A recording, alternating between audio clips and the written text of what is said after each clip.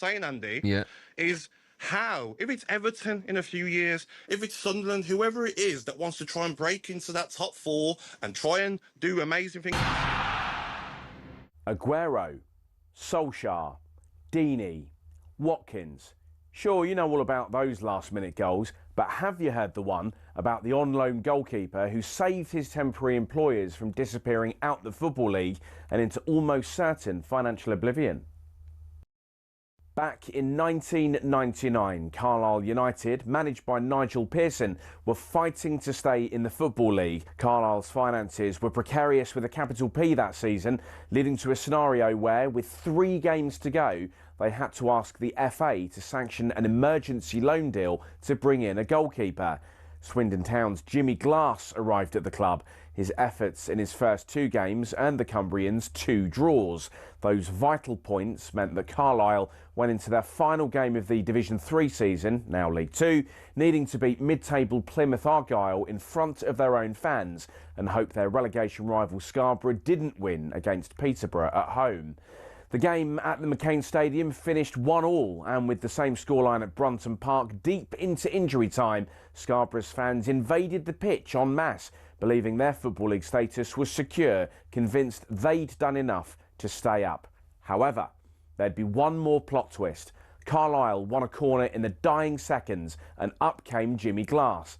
In one of those you couldn't make it up moments, Glass scored from a rebounded header and was promptly swamped by teammates and thousands of fans who quite simply couldn't believe what they'd just witnessed.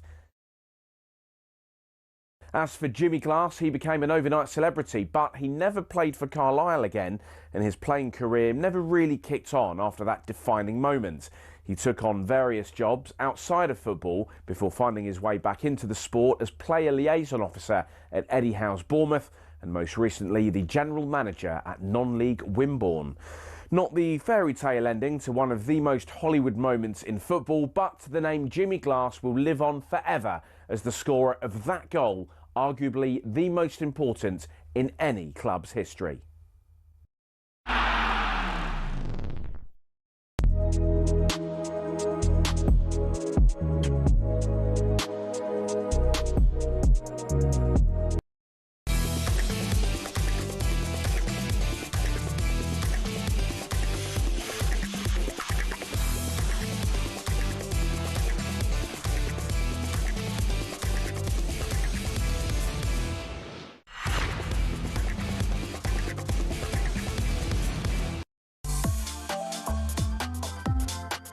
A very good afternoon to one and all. Welcome to the Final Word Phone-In with me, Majestic, alongside the legendary Premier League gaffer, Mr. Alan Pardew. On today's show, we'll be talking about one of Pardews' teams, Newcastle, have been in the headlines this week, and talking about making back and front pages. It's even the talk amongst governments now.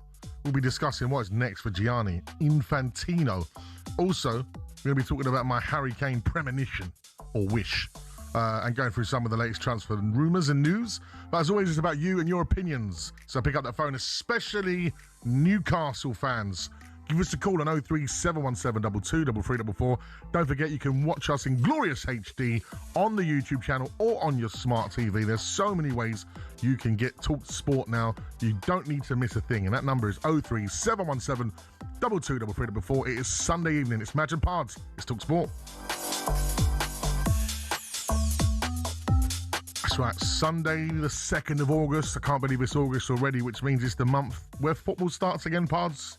Yes. Like we've not had a break.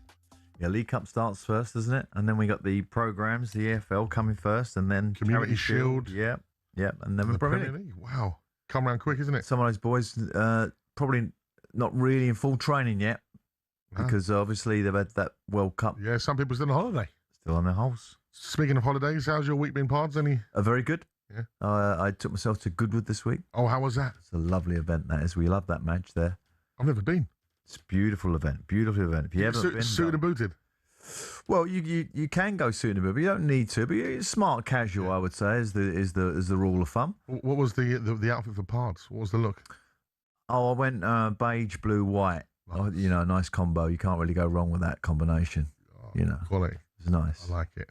But some nice people. Some very drunk people, but well-behaved people. That sounds good. Yeah, so it was very good. Nice. I'm just back from the Balearics. Really? What are you doing there? Ibiza, of course. Of course. But this is how much I love this show and you. I'm actually on holiday. No, well, official. Yeah. I've left the missus and kids in Mallorca. No, okay. Okay. Ah, bless them. So they're paddling away out there. They're in a nice, relaxing time. I'm here. Villa, obviously. Did you go villa? No, Hotel? apartment. Her mum and dad live out there. Apartment. Okay. So, an apartment. And yeah, I'm on talkSPORT tonight. And You look tomorrow. fresh, actually. Nice to have a rest. Yeah, you look like It was you nice recharged the batteries. to go into the sea and just reconnect with nature. Nice. It's called grounding, isn't it? Apparently. Yeah. Yeah. So, So none of those horrible little octopuses or anything squiddies around you and no, but one of the young lads did get stung by a jellyfish, bless them. jellyfish. Yeah, they're a problem. So yeah, we're in full summer holiday swings. If you're on the way to a summer holiday, you might be driving to, the caravan or to a hotel somewhere in the UK, or you might be on the way to the airport, wherever it is. If you're on your summer holidays, do let us know where you're off to. We'll give you a shout out on your journey. You might be listening on the campsite or something. I do love a British holiday. Like caravans. I mean, this summer, I was thinking about it today. I've never, ever in all my days seen a summer like this. This has been wonderful, isn't it? And I thought, when we was getting up to the summer holidays, I thought them poor mothers and parents are going to it's all going to turn now and it's going to be horrible. But it hasn't. It's stayed with us, the heat wave, whatever it is, global warming, etc., all those headlines. But it's brilliant for the kids. Because every day is a beautiful, sunny day. Nice. Take them out. And the thing is, with the British coast, if it's nice weather, it's beautiful. Yeah, stunning. You know? And all the sporting events, of course. We've got equestrian events, this events, football.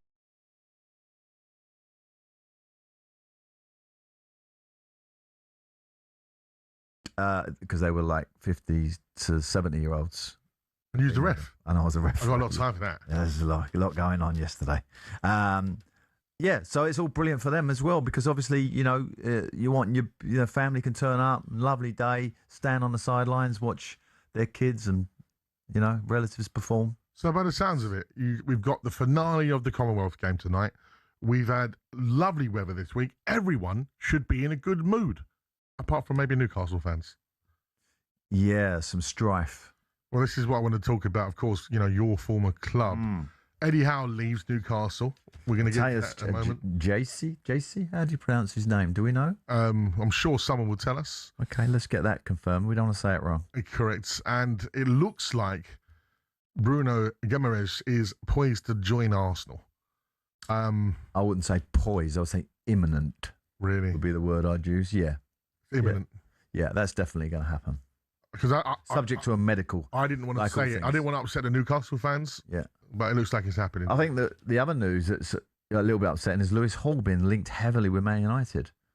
And that's a bit worrying as well. You don't want to lose another top player. Well, let's start with Eddie Howe because, of course, he's the manager that has brought success to Newcastle. Now, Pards, when you was there as a gaffer, you won Manager of the Year. Am I correct in thinking that? Mm. So that's a great... You took them to fifth, was it, at the time? Yeah. Which was Newcastle's a good finish after the Kevin Keegan, bless him, R.I.P. Kev. Yeah. That's probably one of the better finishes that they had. Back into Europe and all of that. Eddie Howe, after the last sort of 10 plus years of, there was relegation, it was battling to backwards survive, and forwards, backwards and forwards. He settled that team. He took them up to the Champions League. Well, let's retract a little bit because it was the change of ownership that changed the football club. Correct. There's no doubt about that. And Eddie was the manager that got the funds that perhaps you could argue the fans deserve. Certainly in their view, and that was important. But he had to spend it in the right way. They had to bring big players in that could take the club forward, and he did that brilliantly. And the players that he bought is now the cycle that we're seeing actually going. Yeah. And being replenished with very, very young players at the moment. 3 20-year-olds and a young goalie today who looks like he's just got over the line. Which is obviously going to take some time to bed in. What do you think the situation with Eddie was with him leaving? Do you think it's that, like you said, his team, it's like the band's broken up, isn't it? No, but I can kind of go back to myself when I was there because when you're at Newcastle, it's a big club. It's a one club city. So therefore, the media and the focus on you as the manager is massive. Yeah, and it's all the time. And he has a lot of criticism, particularly last year. You know, where the struggle between Champions League football, which they played well in, to league football was becoming a problem. The league form was going down. He was getting a lot of criticism. You know, maybe he ain't the man, even though he had won the trophy 2 years ago or whenever it was. So he had a bit of that. And so he knows how difficult that is. You know, that's really stressful when this one city is like not really having you. So I had that myself. And then you build a great side, which I managed to do there, and then it gets taken away from you, and then you're given what you assume is not going to be quite as good, and in the back of your mind you're thinking, well, how am I gonna get this over with? I don't want to go back to them fans coming for me. Does that make sense? So I think there was a little bit of that. It was a little bit like, well, I don't know. I've taken this club so far with these great players. They've sold these players on, and maybe it was time to break it up. But this is not the way I would have built it, and I think there was a lot of that in there. This wasn't what I wanted to build, knowing that I had to probably lose Tonali, lose Gomes, etc., etc. So I think there was frustration on his part, and I think they, for him and the ball, they went, look, we're going to go a different way, and I think the thing that would really give me a bad taste if I was Eddie, I can't talk for Eddie, of course, would be the fact that this other manager was literally shooed in not less than 24 hours after he'd left. It was literally done. Clearly part of the plan. Correct. Ryan doesn't agree with you necessarily here, Pardew. He said Eddie spent over 900 million at Newcastle. He had everything he asked for and more. So he's got no one to blame but himself. Another English manager, propped up by the media, turns out to be a dud. What a shock from Ryan. Scathing report on it. Yeah, well, I just don't agree with that. I think that's. I just think that's wrong. But that's, you know, everybody's got an opinion. That's his opinion. It's not my opinion. 900 million? We could go to Spurs, Madge. Terrible. We could go to Chelsea, who spent $5 billion, and now I've had to come in to bring in some senior players to try and settle the ship a little bit. So let's not just say, you know, the funds can automatically bring success. Look at United after Ferguson. Wow, we could go on for years and years of money that's spent and wasted there. So, no, that's not an argument. What he got, he spent well. He won their first trophy. He rejuvenated the place, and he can leave with his head very, very high, Eddie Howe, and is still and will get a great job. Although I do wonder whether he'll get a bigger job than Newcastle now that that's kind of ended the way it has. So there aren't that many jobs that bigger than Newcastle. No. It really is there. There's the England job though. Yeah, which he'd be very suited to. Well, and he's free. And we've just had a World Cup where things haven't gone so great. I mean, you know, that's the situation. I think Allison in the Times today was pushing for that. Why don't they appoint Eddie Howe now? So there's that.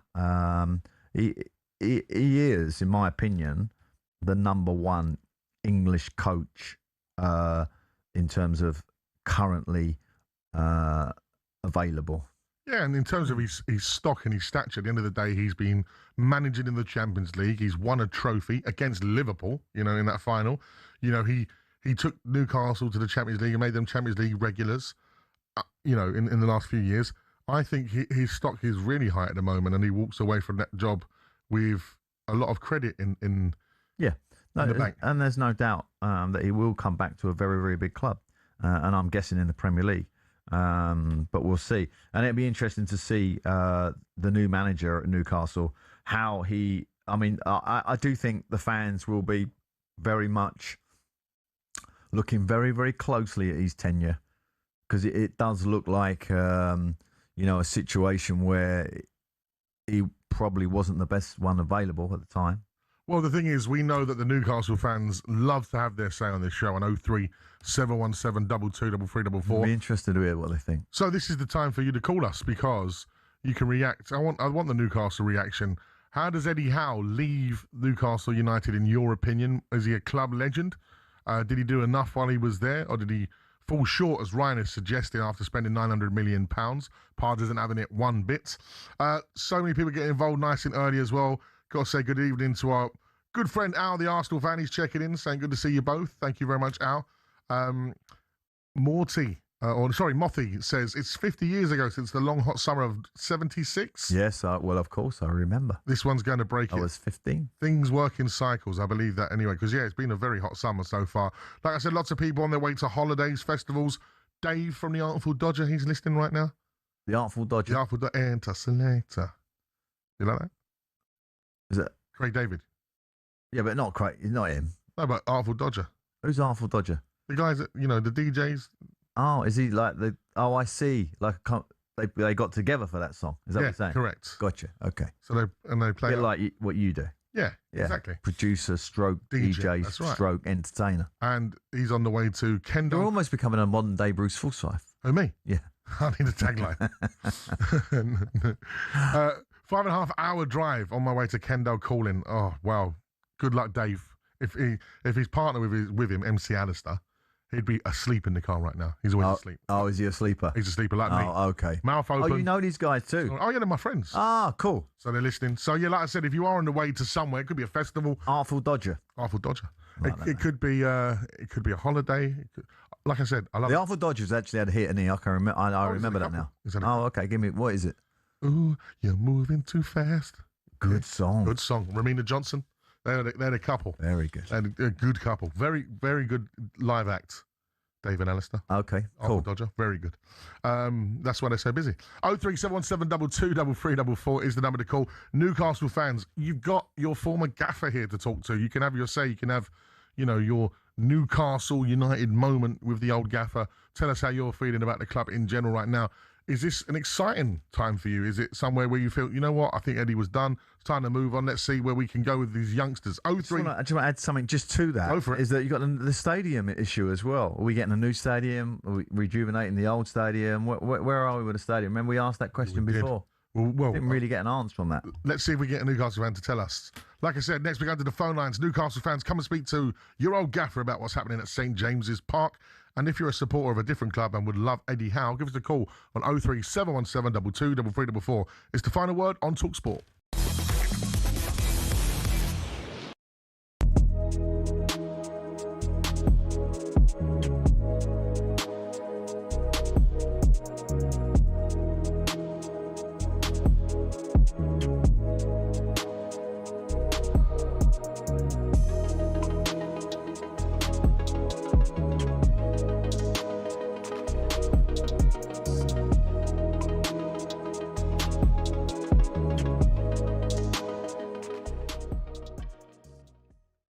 Up and said you got 10 players better than John Stones. I said all time. I didn't say Prem, but let's stick to Prem. All right, let's do this. Go on. Virgil van Dijk, John Terry, Rio Ferdinand, Nemanja Vidic, Vincent Kompany. Yeah, that's five. All right. Yeah.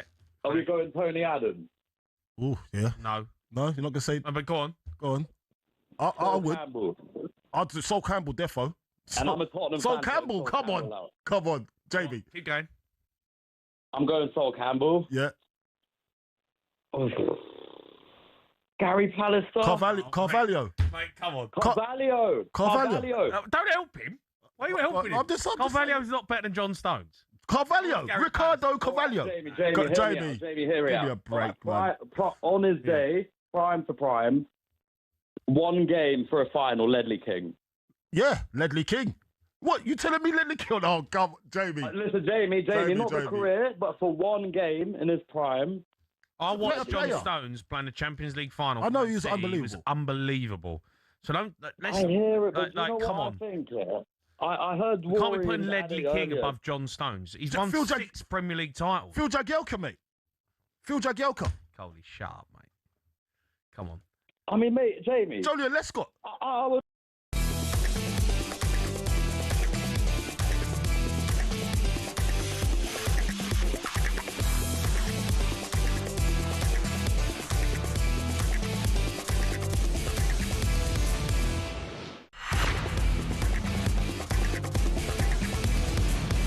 You on when you're in town, when you hear those Geordies sing.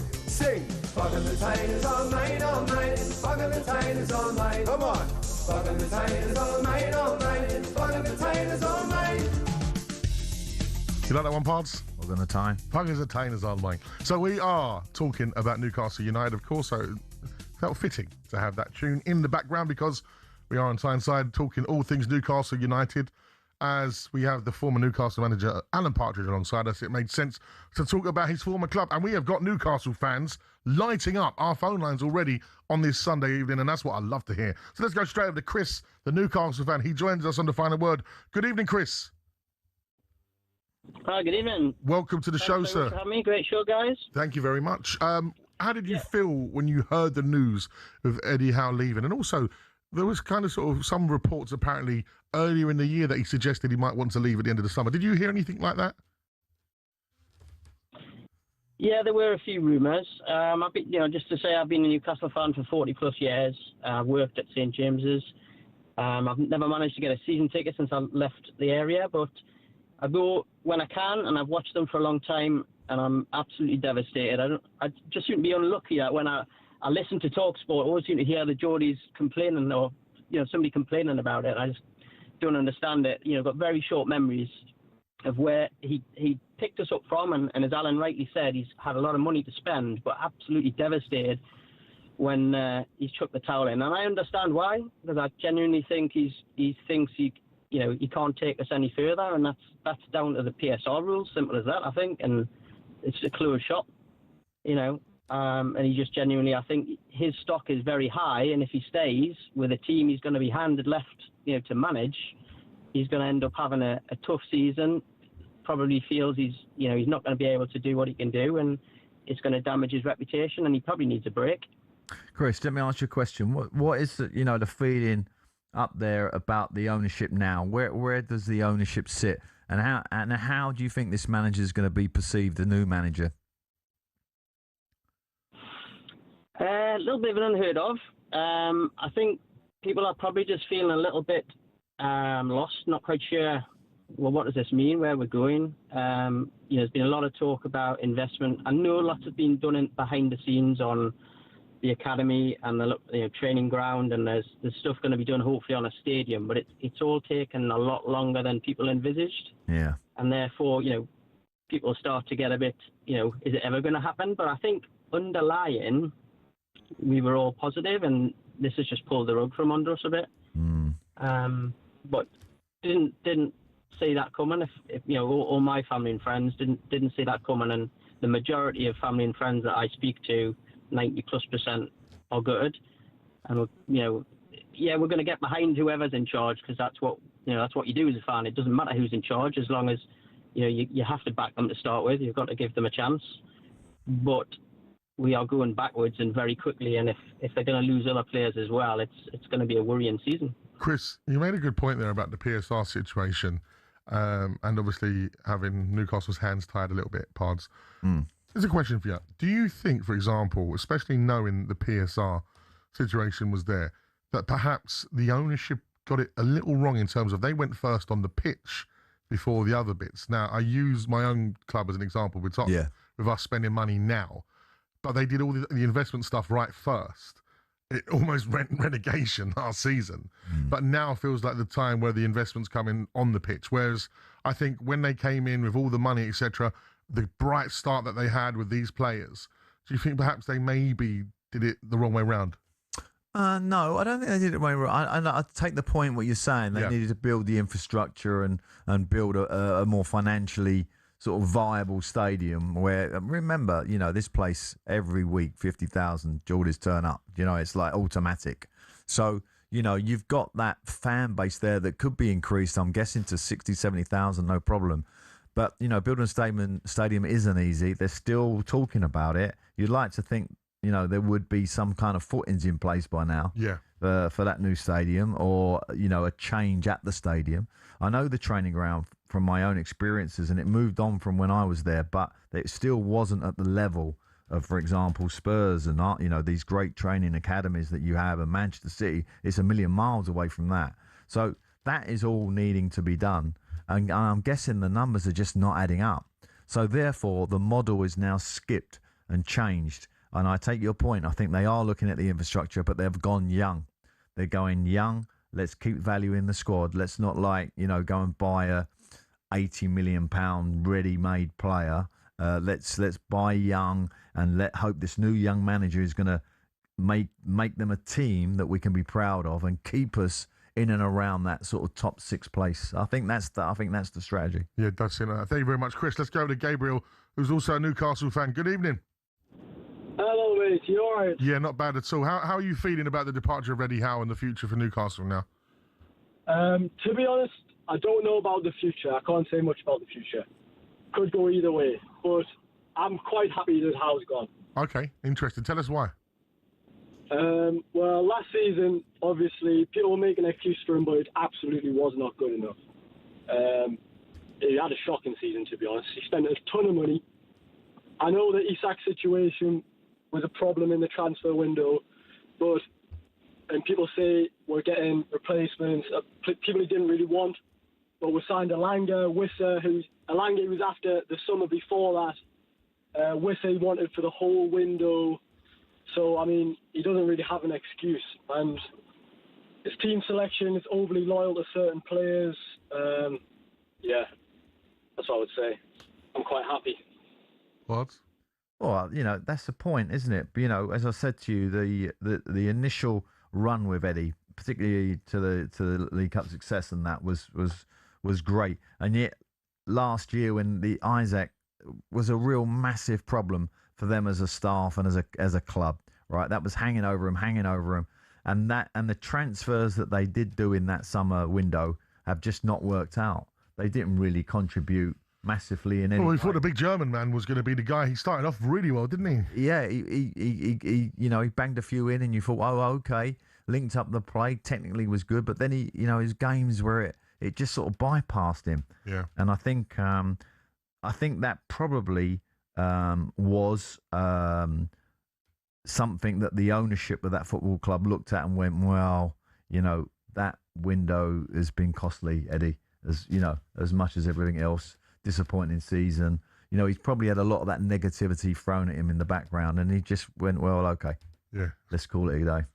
So I get where Chris was coming from. I get where Gabriel's coming from. But Eddie, in my view, I think that window is disappointing, but that happens sometimes to great managers. You can get that one window wrong, 2 windows. When we talked about that Spurs, 2 or 3 windows, didn't we? They were terrible, and everybody suffered. So, yeah, was Eddie in charge of all those transfers? Probably not. So, I defend him on them too. Absolutely. And the thing is as well, like you said, the window is so important. Gordon, Tonali, Trippier, all gone already. It looks like Bruno's on the way out as well. Yeah, and maybe even Hall. That's his team gone. That is that team. When you look at that midfield 3 in there, you're left with just one left. And I mean, what's he going to be? He'll be looking over his shoulder at 20-year-olds. Do you think how motivated he's going to be? Mm. So, the senior players in that group, and I had that a little bit myself. And, I remember when we lost Demba Ba, for example, that week after, and when we lost Andy Carroll when I first arrived, senior players sort of looking at you as the manager and say, what are we going to get then? Where are we going now? Yeah. Where's the ambition of this club? Why have you let him go? That does happen. Interesting. Right, keep those calls coming in to us, and we have you on next. You're listening to The Final Word, phoning here on talkSPORT with Sky Vegas. It all starts with the spin. 18+, gambleaware.org.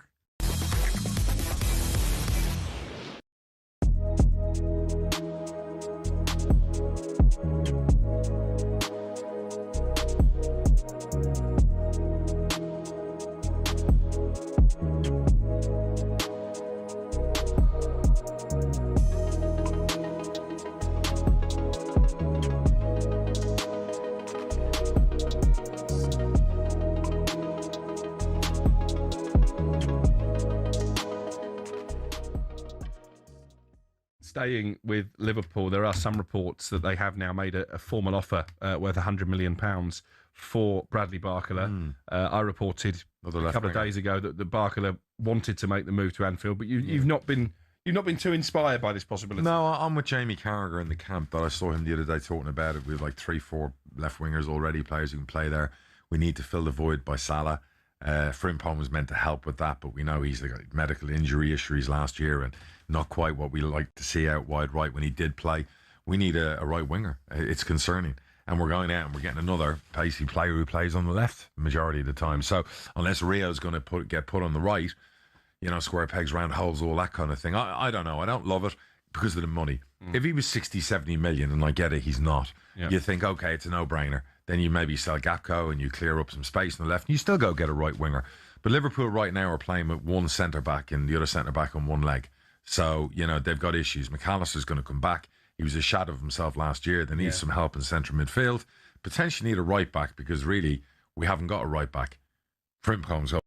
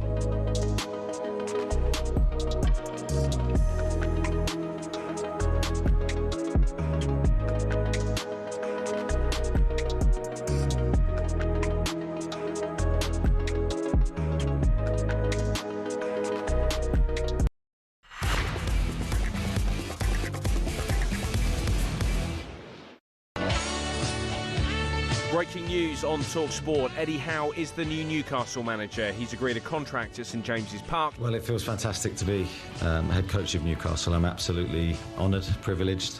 It's an incredible moment in my life. I think he's the best thing that's ever happened to Newcastle since Bobby Robson left. What a famous victory this is for Newcastle United. What a night. Newcastle 4, Paris Saint-Germain 1. Newcastle United have won the Carabao Cup. It's been a long time coming, but this is immortal. Eddie Howe and his Newcastle United players spill onto the pitch, having won the Carabao Cup. Eddie Howe, take a bow. They've got the Angel of the North. Well, Eddie Howe is now the darling of the North East. Eddie Howe, you've made every one of us Newcastle United fans and us Geordies unbelievably proud today, pal. He will now go down as one of the best managers Newcastle have ever had, so I'm so pleased for Eddie.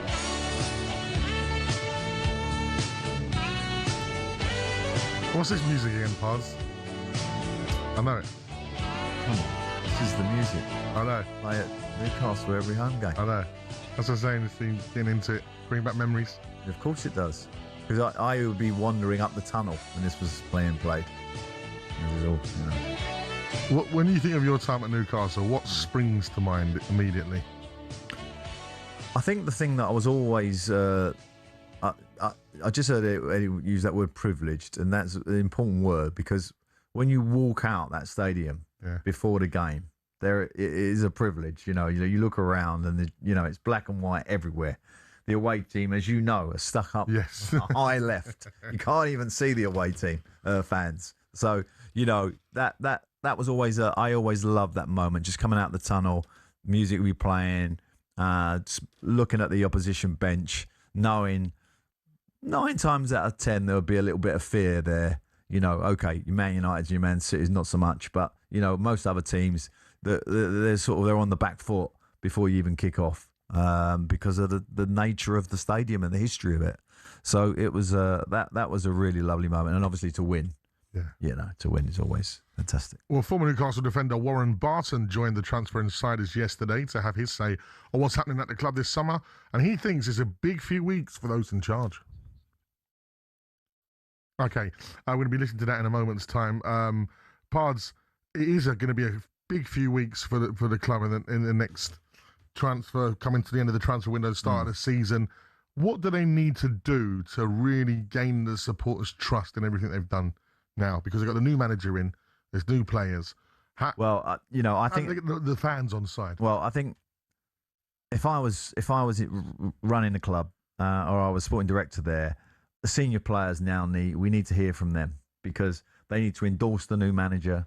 You need to have the Dan Burns, Joe Lintons, the Botmans, the Shahs, the Popes coming out, sort of saying, okay, Eddie's gone, we move on now, it's time. That's an important message coming out of the dressing room when that happens. It hasn't happened yet, but it will do.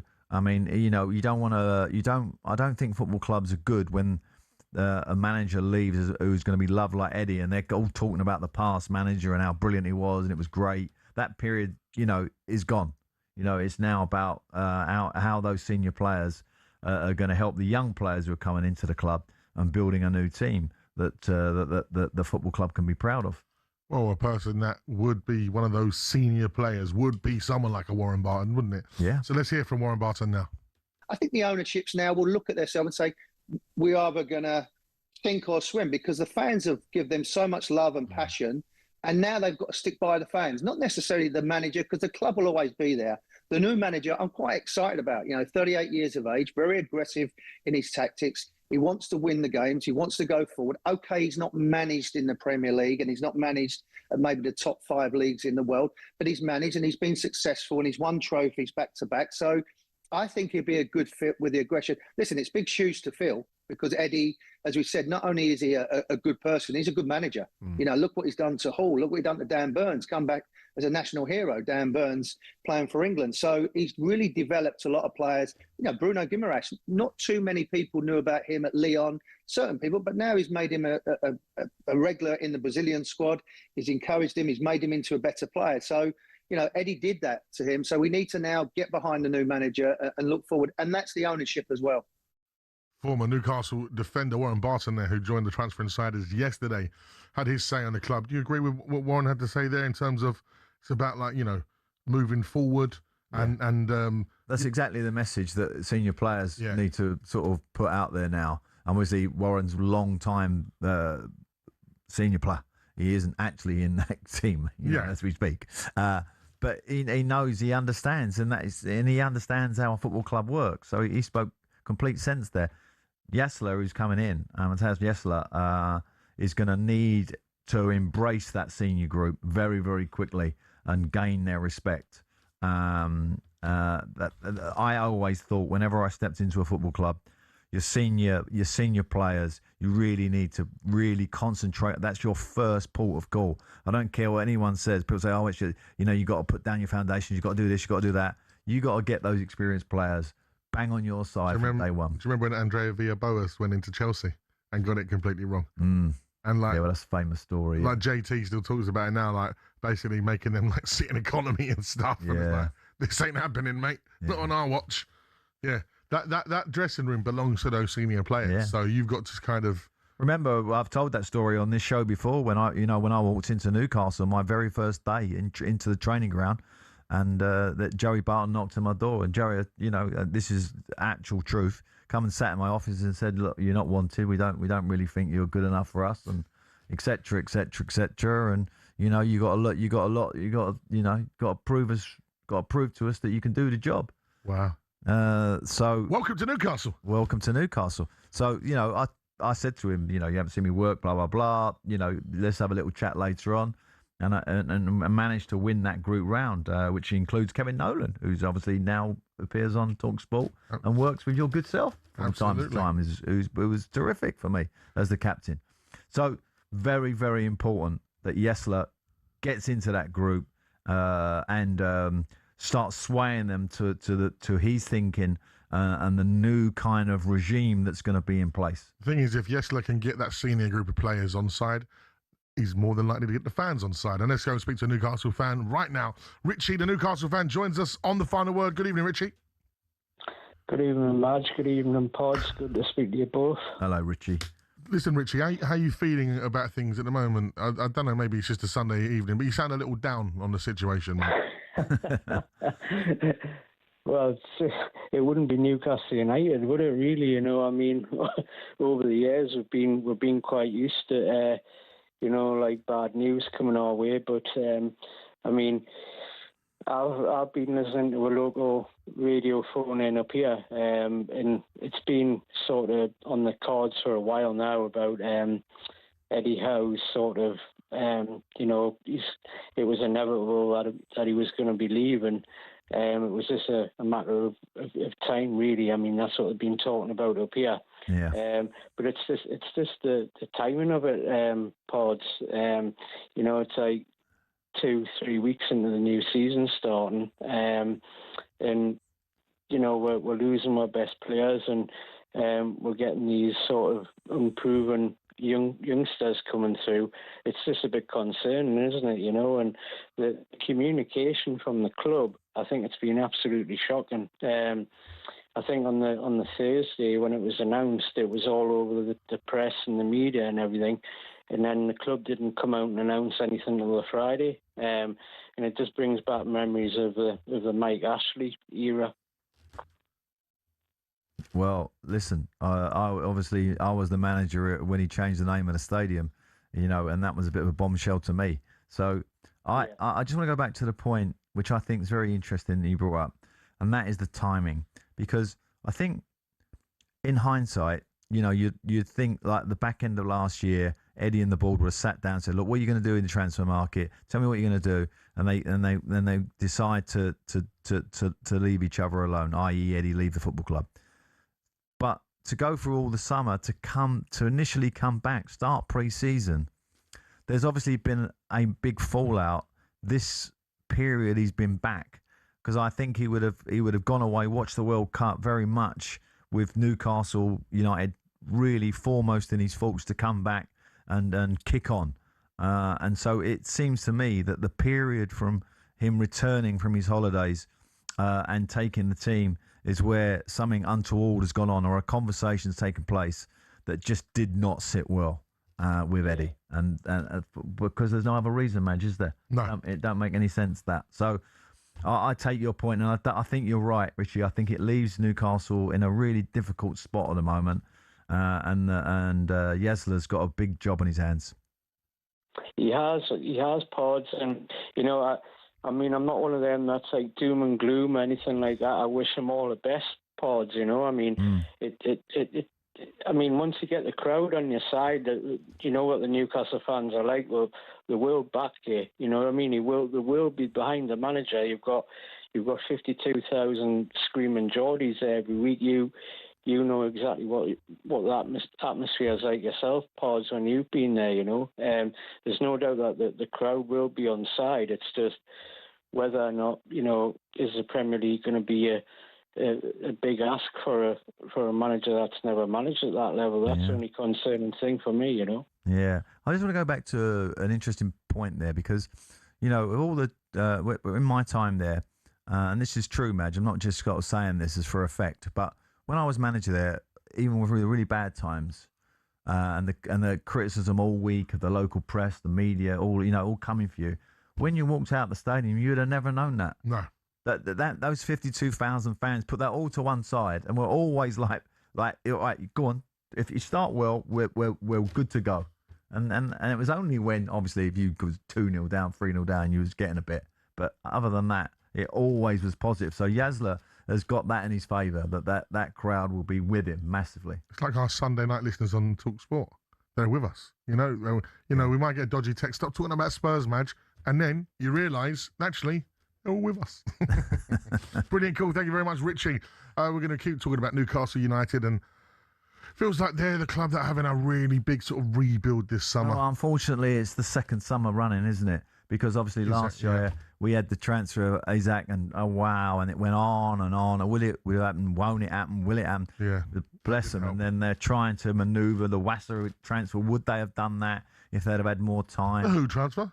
Where's it? Wessa? Oh, Wissa. Wissa. Sorry, I said it wrong. Sorry, Wessa. Sorry, Mr. Wissa. It was a long summer for them last year, Yeah. and again, like you said, it feels like it's quite late into the summer now. So it almost feels like again. Well, the only good thing for Yasu is he's still got the window open. There's still possibilities.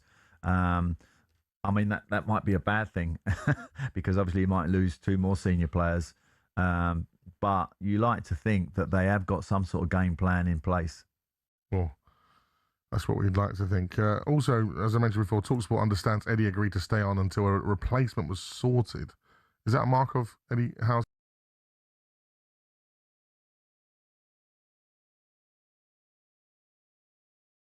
$344 is the number to call us. Newcastle fans, give us a shout.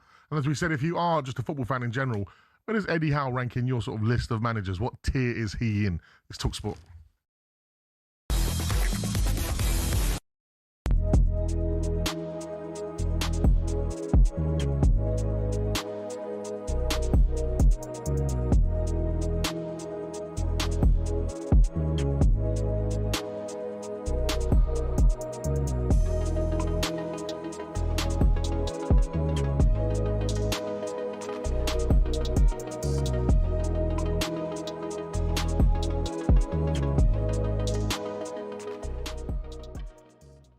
Now, the Asian Football Confederation in the last couple of hours have come out and condemned Gianni Infantino's proposals to sell off very late condemnations, aren't they? They're all panicking. Competitions. Well, they are. Obviously, UEFA have come out strongest by suggesting they would boycott all FIFA competitions, including the men's and women's World Cup, the Club World Cup. There's actually an under-20 women's World Cup that's due to start in September, so we may find out if they'll go through with that threat very soon. UEFA's 55 member associations held an emergency meeting earlier this week, and as I say, they voted a boycott if FIFA proceeds with plans to sell stakes in its competitions to private investors. There was a statement released by FIFA, I think it was 4 o'clock this morning UK time, so we were all napping. They said nobody is selling football, but they did vow to continue with the controversial proposal to sell stakes in its competition to private investors. FIFA, in their statement, claimed the consultation process had been, quote, disrupted by incorrect media reports. My answer to this is that everyone always screams about FIFA's a bit of a dictatorship, but it's actually a democracy whereby you still have to have all the nations vote for this through, Alex, right? Yes. So Infantino can't just force it through. It was never going to happen that way, and I think it's dead in the water now. Well, I was just about to come on to that. So in order for this proposal to be passed, FIFA's 211 members would need to vote. Therefore, Infantino would need 106 votes in favour. Yep. UEFA and CONCACAF members combined make up 96 of those votes. The AFC makes up 47. So that's how democracy works. It's dead, basically. Yeah. Oh, 100%. It is dead.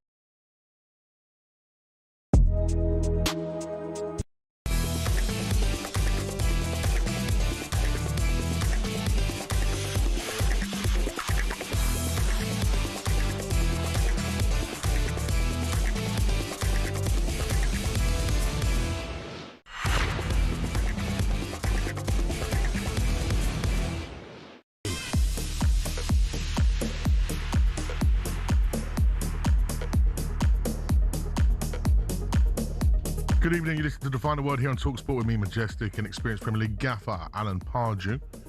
A little bit of breaking news for you, Pards. Chelsea signed Valentin Barco from Strasbourg. Yeah. And for those that are thinking, I know that person, who is it? It's the little gobby one that Jude Bellingham had to give a little slap to. Little slap. You can't call him that word, can you? Gobby? Gobby, absolutely. I didn't. Irritant. It was an irritant. Well, listen, big up Jude for weighing in and going, oi, no. So, okay. Well, Chelsea... So, let me just put this to the nation. Chelsea now.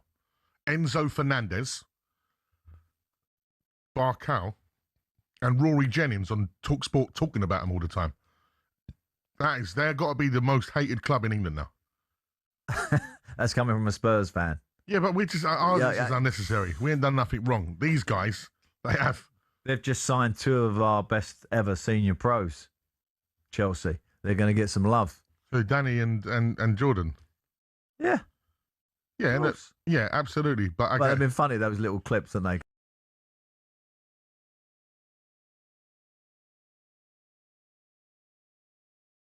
are going to be. But I definitely think those two players are going to help that squad massively. dressing room. And it just shows that... It's basically that young boy turning up as well. Well, I need Hendo from the moment he comes in going like, listen.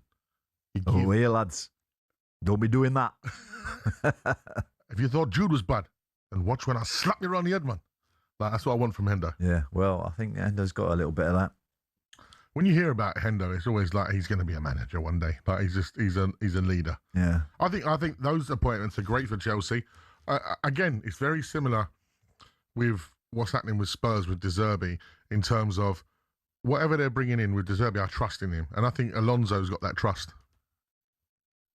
Do you know? How did you get? Why are you going? We went straight back to Tottenham there, though. Why do you bring up Tottenham? We're going to be talking about Spurs in a bit, and it makes sense in terms of the flow of the show. I see. Okay. So it was in context of our show. In context. Okay. But yeah, breaking news: Valentin Barco signs for Chelsea. Of course, he was at Brighton, wasn't he?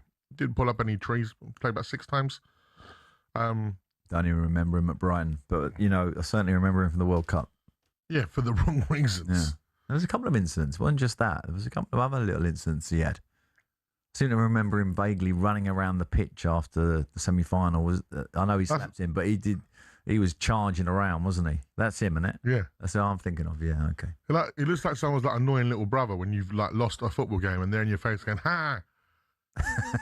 And Take that. Yeah, Jude Bellingham was like, nah, I'm not having it. So yeah, Chelsea fans, let us know what you think about that one. As I said, well, Chelsea fans, what do they think of the whole transfer business this week? Because let's be honest, it's been a bit weird.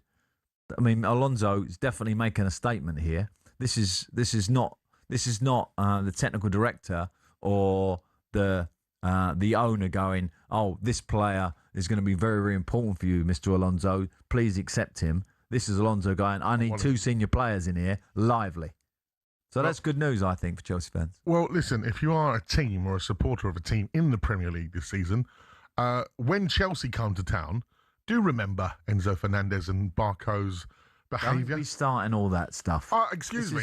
This is happy summer. No, Pards. Excuse me. If the way we treated one of our own after France 98 in poor old Sir David Beckham, that's one of our own. Well, then bring that same energy. He's a naughty boy. Yeah, but didn't deserve what he got. No, that's true. And these guys who are against us, the enemy. Anyway, let's go back to talk about Newcastle because, of course, we've been talking about Eddie Howe leaving the club and where does it leave Newcastle now with a new manager and what does he need to do to prove himself to the Newcastle fans. Let's go to Chris. He's a Newcastle fan. He can tell us his thoughts. Good evening, Chris. Hi, guys. How are you? You're very well. How are you? Good, Chris. Good, thank you. I would say after he's done a fantastic job and we can't deny that. He's won a trophy for the first time in a long time. But last season I thought was very stale. I agree with that. Apart from Bruno Guimaraes, I didn't think that Tonali was really up to it. No, he didn't have a good season. Joelinton was certainly not the player he was the season before. Obviously, we had the Isaac issue, etc. But I actually think that a change is not a bad thing at the moment. We're bringing in younger players, yes, who are a little bit unproven, but a lot of them are actually wanted by really big clubs around the world. So, there's definitely. I see what you're saying there, Chris. They were definitely young players that were wanted. There's no doubt about that. The criteria of what you would sign a young player is all there. Do you think there's not an argument though that whole process of the summer last year was really difficult for Eddie, wasn't it? Don't you think that the Isaac transfer, the way it happened, and the timing and everything, and the Europe, it was a tough agenda. But I take your point. It did get a bit stale from time to time. Some of the performances were flat, wasn't they? Particularly in the Premier League. But sometimes that is a consequence of actions that have happened out of the control of the manager.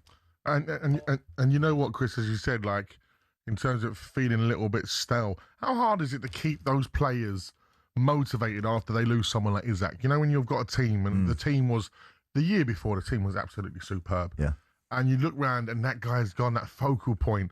How hard is it for the Tonalis of this world to look forward and go, where's that run I've normally find it? That's what I was saying to you. That's what's going to happen this summer too. Yeah. You know, they're having 2 summers of that. But that was you're right. Joe Linton, was his mentality affected a little bit? Maybe it was. Maybe that's why he had a poor year. Maybe Tonali didn't have that same spark because, why are you saying that, Isaac? Like, we could have won the league this year.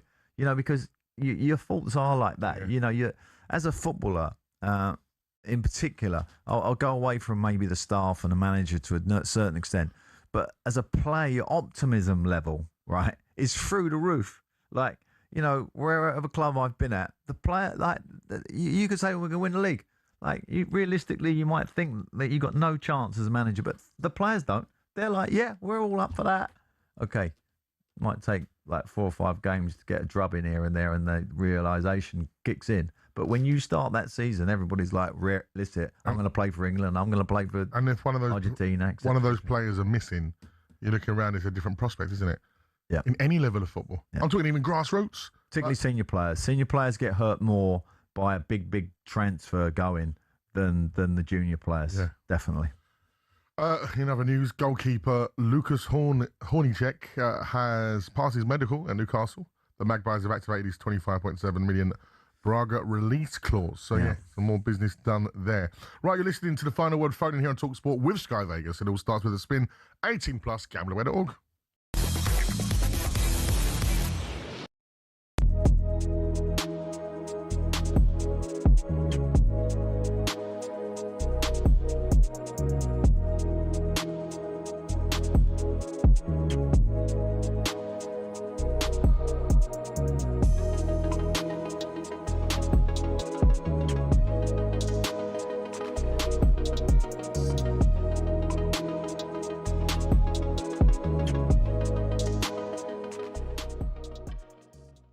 Let's bring in Terry Gibson, Spanish football expert. Terry, always good to speak to you. Lots of news stories over in Spain at the moment. Let's start with that Marcus Rashford farewell post to Barcelona. Looks like his hopes of return to the Camp Nou are now very much over.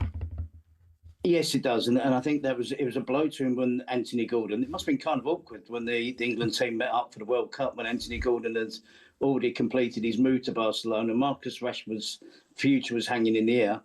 And then they signed Karim Adeyemi. So it's not going to happen now for Marcus Rashford. I have to be honest, I'm really surprised. I thought it was a good value in terms of the transfer fee. And I thought his form last season was as good as you would expect. And he couldn't have done any more. He scored some important goals. He actually effectively got the goal that won them the league title. He was popular with his teammates and popular with the fans. So I'm surprised. Even when Anthony Gordon signed, I still thought there was a possibility that Rashford would still go, but the signing of Adeyemi has put a stop to that. Is it just wages? Because obviously Anthony Gordon would command a much lower weekly salary than Rashford. But he was £80 million. Rashford was 26. Yeah. So 26 million, slightly difference in their ages as well. People are forgetting they've got Rafinha that plays there as well. So the problem positions that everyone thought they had, and they still have, are centre forward, Lewandowski leaving the club, and they should have bought a better centre back than what they currently have.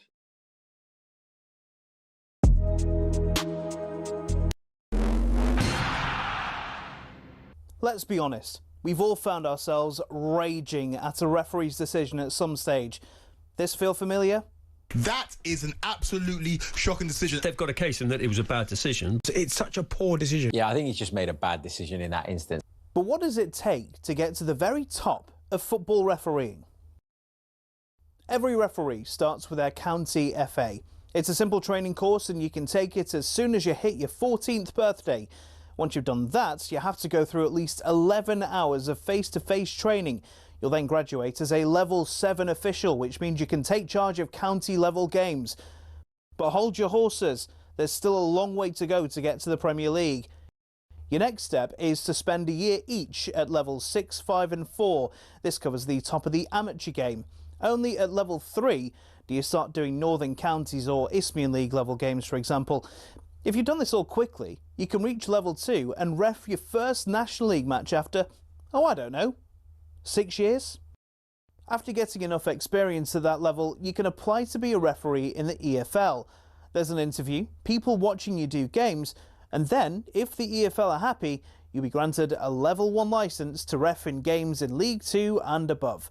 Now, they don't just say on you go to the Premier League, you have to work your way up through the divisions. Only after years of hard work and refereeing on cold Tuesday nights in Stoke can you be considered to do matches in some of Europe's very best stadiums. Now, who was the youngest to reach the very top? It was actually Michael Oliver. He reffed his first Premier League match in 2010 at the tender age of just 25.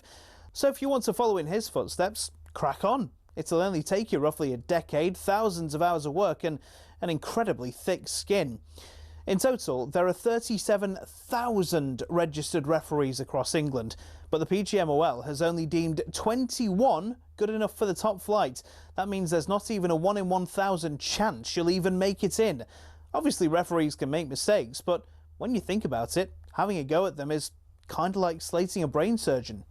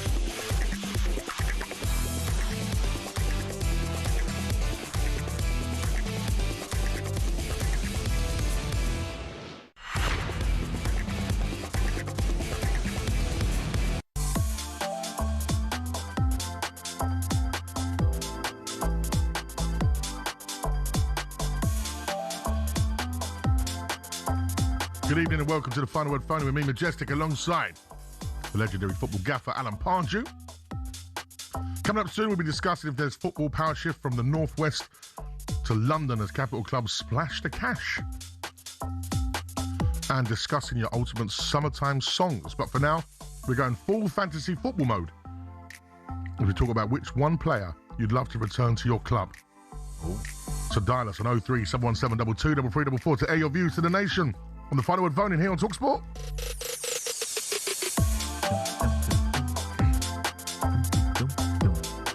So catchy, this tune, isn't it? Nice. Should I do a vocal version of it? Yeah, could do. Go on then. Not now. Can't. I'll write something. Okay. For the new season. Yeah, why not? I'll take it to the studio. It'll be quite fun. Be my We task. needed like a catchy something because we got we get no background, do we? Get no promotion, nothing. We got to do it all ourselves. With Sunday. With the Sunday crew. You know, Sunday when you go to the office, no one's in.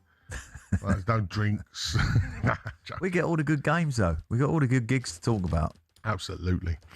Right, we are going to be talking about former players that you would bring back to your football club. Now, so this can be it's one player. Hold on a minute. Go on, say it again. Tell me the rules again. So this is the rule. You can bring only one. Not two, not three. One player back to your football club. Who's played for the club before? Who's played for the club before. Not you can't just bring an go outside, Pele. like genius. No, Pele or Zidane can't just come to your club. No. They've had to have played for your football club. To the current team. To the current team. To enhance the current team. That's what you're saying. So, for example, I could take you back to Spurs because you played for Spurs. Without a legacy number. Without a legacy number. Well, I could go back and get a legacy number if you took me back. I would take you back, get your legacy number.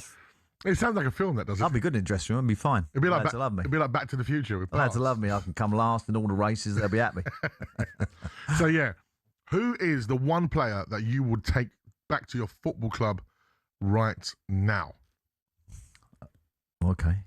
So we'll talk about that in a moment because I want to talk about, you're going to laugh, we're going to talk about Spurs.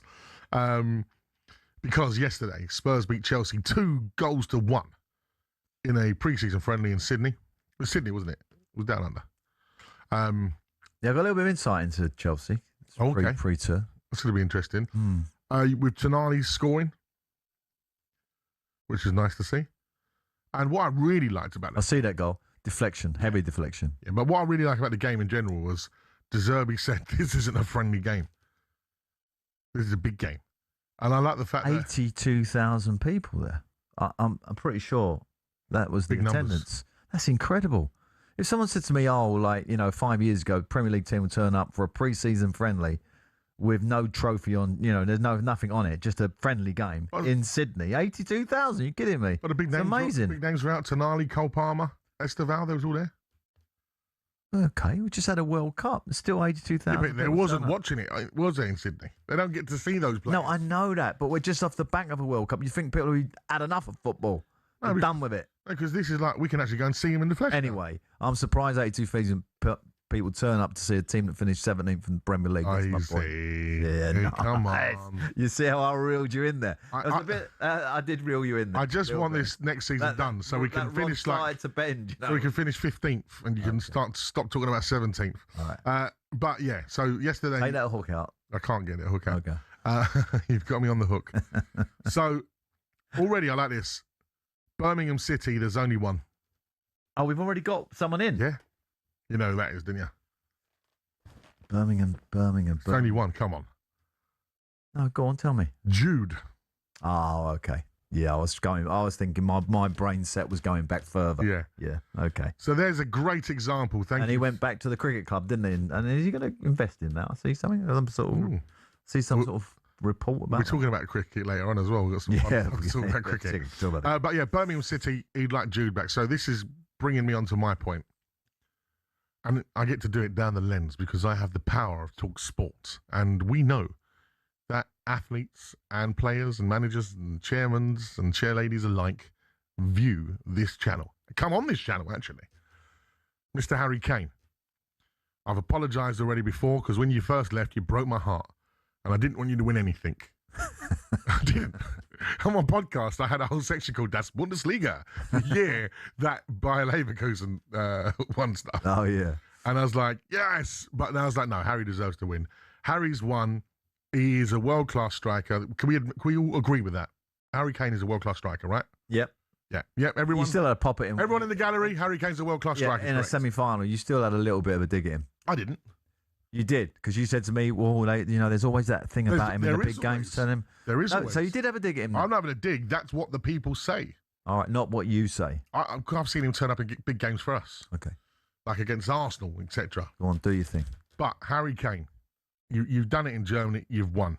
I don't personally see Bayern Munich winning the Champions League anytime soon, in my opinion. I think Arsenal are more. So he's on a repetitive season. He'll win the league and the cup again. Exactly. I think Arsenal win the Champions League before Bayern Munich do. Who? Sorry? Arsenal. Okay. And I'm saying that as a Spurs fan. I'd agree with that. Yeah. Harry Kane is now 33 years of age. So now, what's it like, Pards, when you get to that later stage of your career? Is it essential to look after your body and not really smash yourself to pieces and play 45, 50 games in a season? Is it important to know where to play and when to play? Well, I think my experience of that is training is more where you protect yourself.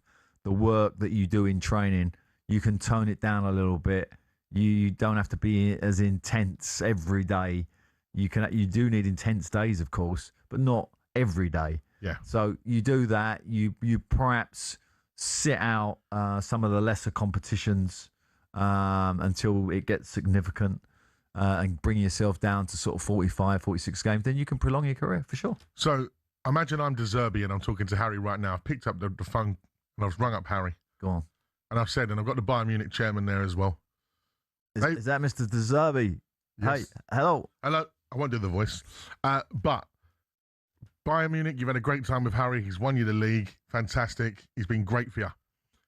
You know, the numbers in the Bundesliga are different to the Premier League in terms of finances, etc. We're going to give you the money back that you spent on him. So you're going to get £81 million back, your release clause. Bang. There you go. Straight away. We'll trigger that. Harry, come home. I'm going to give you 400 grand a week. 400 grand a week. 400 grand a week. Big numbers. Right, but he deserves it.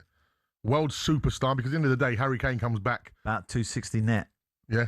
Tottenham. Bad. With Government Tottenham. gets 140 grand, pays for a few, Golf days. No, not golf days. Pays for your dustmen and, your council workers, etc., etc. Right, It's a lot of money. Might pay for a train. So De Zerbi says to him, look, it's one season without European football, which allows you to have a bit more of a rest after a long season and a World Cup. And it gives you the focus on scoring goals in the Premier League. Gaffer, do I need to play in the League Cup? You don't have to play in the League Cup. Okay, cool. As we get later on, maybe, if there's a chance of, winning it, we'll get you in. Okay. But you are that close to Alan Shearer's record. If you have a great season this year, not 20 plus, which is very possible to do with the team you got around you and the way your legs are going to be fresh, you could see yourself becoming a Bundesliga champion and all the cups he's won with Bayern Munich, England's greatest ever goal scorer, Tottenham's ever greatest goal scorer, and possibly the Premier League's greatest ever goal scorer. We still talk about Alan Shearer all the time because of how good he was as a striker and the numbers that he did, right? This is Harry Kane's legacy set in stone. People can't say he hasn't won anything. He's gone and done that. Now's the time to come home and possibly push Spurs on from where he left to the absolute problems we went down to, even though we won a trophy at that point. Come on, Harry. It's time to come home. It's good for you. It's good for us. It's good for Bayern Munich. Let's do it. I'm not sure it's good for Bayern Munich, by the way. Well, anyway, well, forget about that. So you're bringing him back. What, captain? Captain, yeah. Oh, he's captain. He's getting take the throw-ins and free kicks. Everything. Penalties. Everything. It's all his. Well, listen, I can see, it amazes me how two-faced you can be, because I was with you 2 years ago when you really was, you couldn't look him in the eye. I was upset with him. You couldn't even look his picture in the eye. That's how bad you got. I ripped up my picture of him and me.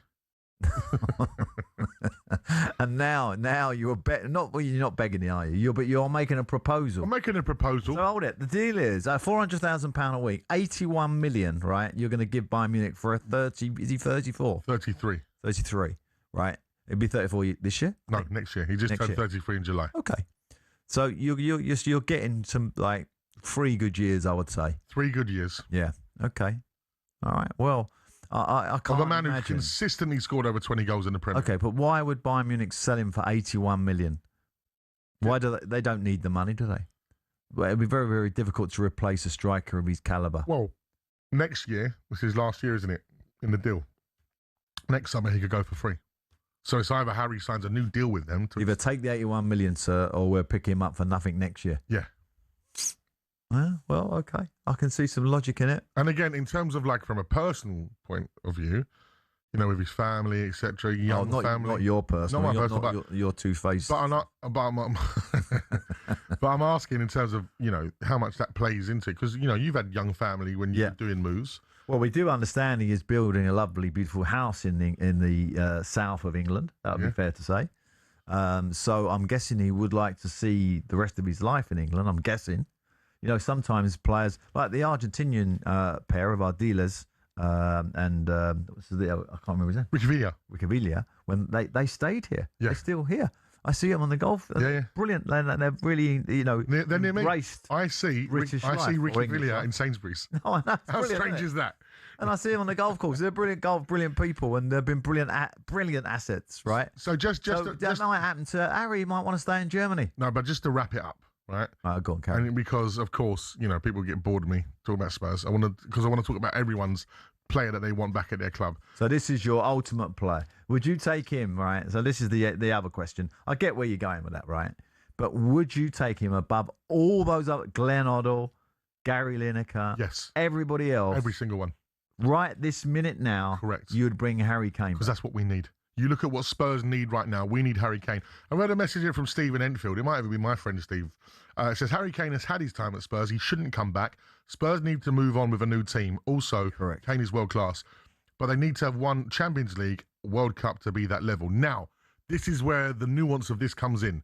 Spurs, and I'm realistic, Vinicius Jr. would not come to Tottenham. No. Right? Mbappe wouldn't come to Tottenham. No. All of these are and Harry is in the mixer. Both of those would go to Arsenal. Yeah, correct. The champions of England. Yeah. All right, and a very big club. Harry Kane, is in the Ballon d'Or category. He's up for possibly win the Ballon d'Or this year. He definitely is in that frame. He's in that mix, right? Yep. Bellingham. That is the only player in that mix that Spurs could ever get because of his history with the football club. Yeah, no. So the idea of moving on, there is nobody in the market better than Harry Kane that we could go and get. Like, there's talk of us going for Cody Gakpo. There's talk of us going for Osherman. They're not Harry Kane. And Harry Kane is the best player that Spurs could buy. And, you know, De Zerbi mentioned Klinsmann. Well, I'm talking about now. No, but I'm talking about, you know, I'm going back to correct the equation that we're talking about. Yes. The greatest ever player to bring back to the team right now is Harry Kane, still above Klinsmann. Above Klinsmann. So Klinsmann, when he arrived at your football club, was about 29, I reckon. I'm not sure about that figure, but I think he would have been about 29. I would take a 29-year-old Klinsmann over a 33-year-old Harry Kane, personally. But I'm just looking at the facts, for example. Harry, I got you now. I understand. Okay. Because Harry could, for the next 2-3 years, we know Harry's got the ability to drop back and drop further back into the team, etc. He is almost like Teddy Sheringham, like in terms of pace isn't an issue, etc. He is a quality footballer. Yep. And again, as I say, the reason why I'm talking like this is because there is not another player that we could get in his realm. And the only reason we could get him back is because, one, we have a clause. I believe we have first refusal in terms of any deals to be done. And second of all is the history with the club. So no one can do a secret deal behind your back? No. Oh, suddenly he's just signed for Arsenal, for example. Don't say that. Don't even put it into the ether. Right, okay. So, listen, I want to hear from some Spurs fans on this one. Spurs fans, Stephen Enfield said he wouldn't. It's time for fantasy football.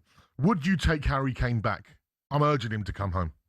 I'm like acting as an agent. Yeah, this is but the best also, thing. what about other clubs?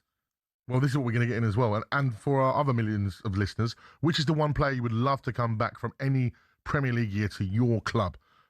Arsenal, would it be Henry? Possibly. I love Dennis Bergkamp. Yeah. But Henry, unreal. Liam Brady. We're going to go Premier League era. We're going to go further. We can go further as well. It doesn't matter which era. Yeah. Who would you have back? Get those calls coming in 03717 223344. Send us a WhatsApp message to the same number. Looking down the lens. Harry, I'm acting as your agent now. This is the plan, yeah, Harry? A few years back in the Premier League, and then we're off to MLS, baby. His brother's his agent. You can't. His brother's his agent. Yeah, I know. I'm going to give him a call after the show. Right. I did the deal for Madders in O Beach. I'll do the deal on talkSPORT. Oh, he can get free entry in Ibiza, couldn't he, for 3 years? He ain't going Ibiza. He don't need that. But listen, that's the plan, Harry. Back to Spurs. Back to OB. MLS, baby. And then you move into the NFL. That's the dream. Oh, as a kicker? As a kicker. 03717 223344. You're listening to the Fantasy Football. No, it's Final Word on talkSPORT with Sky Vegas. It all starts with a spin. 18 plus. Gambler.org.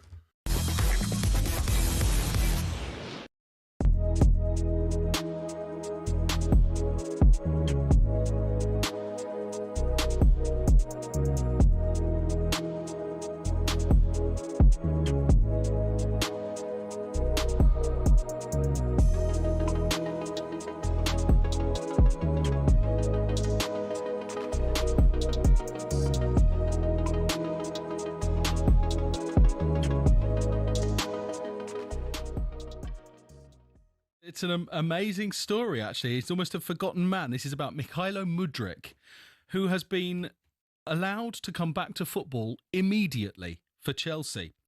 So you'll remember that this is a man who had a 4-year ban handed down to him for breaching anti-doping rules. He's not played since November 2024 after what was described as an adverse finding of meldonium, which is a banned substance in his system. He appealed against that sentence to the Court of Arbitration for Sport, who have today said that because he accepted breaking anti-doping rules, they have agreed that the time served already is enough of a punishment. So Mykhailo Mudryk is available to play for Chelsea with immediate effect. Can he even still play football? Is he good enough? He's not played football for 3 years. Nearly 2 years. Well, Chelsea have released quite a long statement today, obviously welcoming the decision. They've talked about what a difficult period of time it has been for Mykhailo Mudryk. And I think this is the important paragraph here in the statement. We welcome the acknowledgement that advances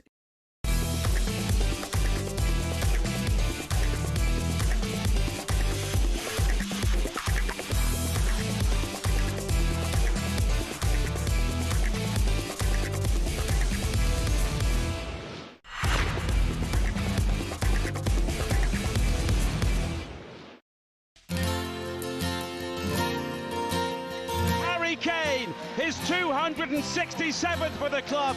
He has broken Jimmy Greaves' all-time Tottenham goal-scoring record. When he left Spurs, I don't think I've been as heartbroken since my first love. Love him to finish his career at Spurs, where he belongs. He might like, the Black Forest down there. He might like Munich.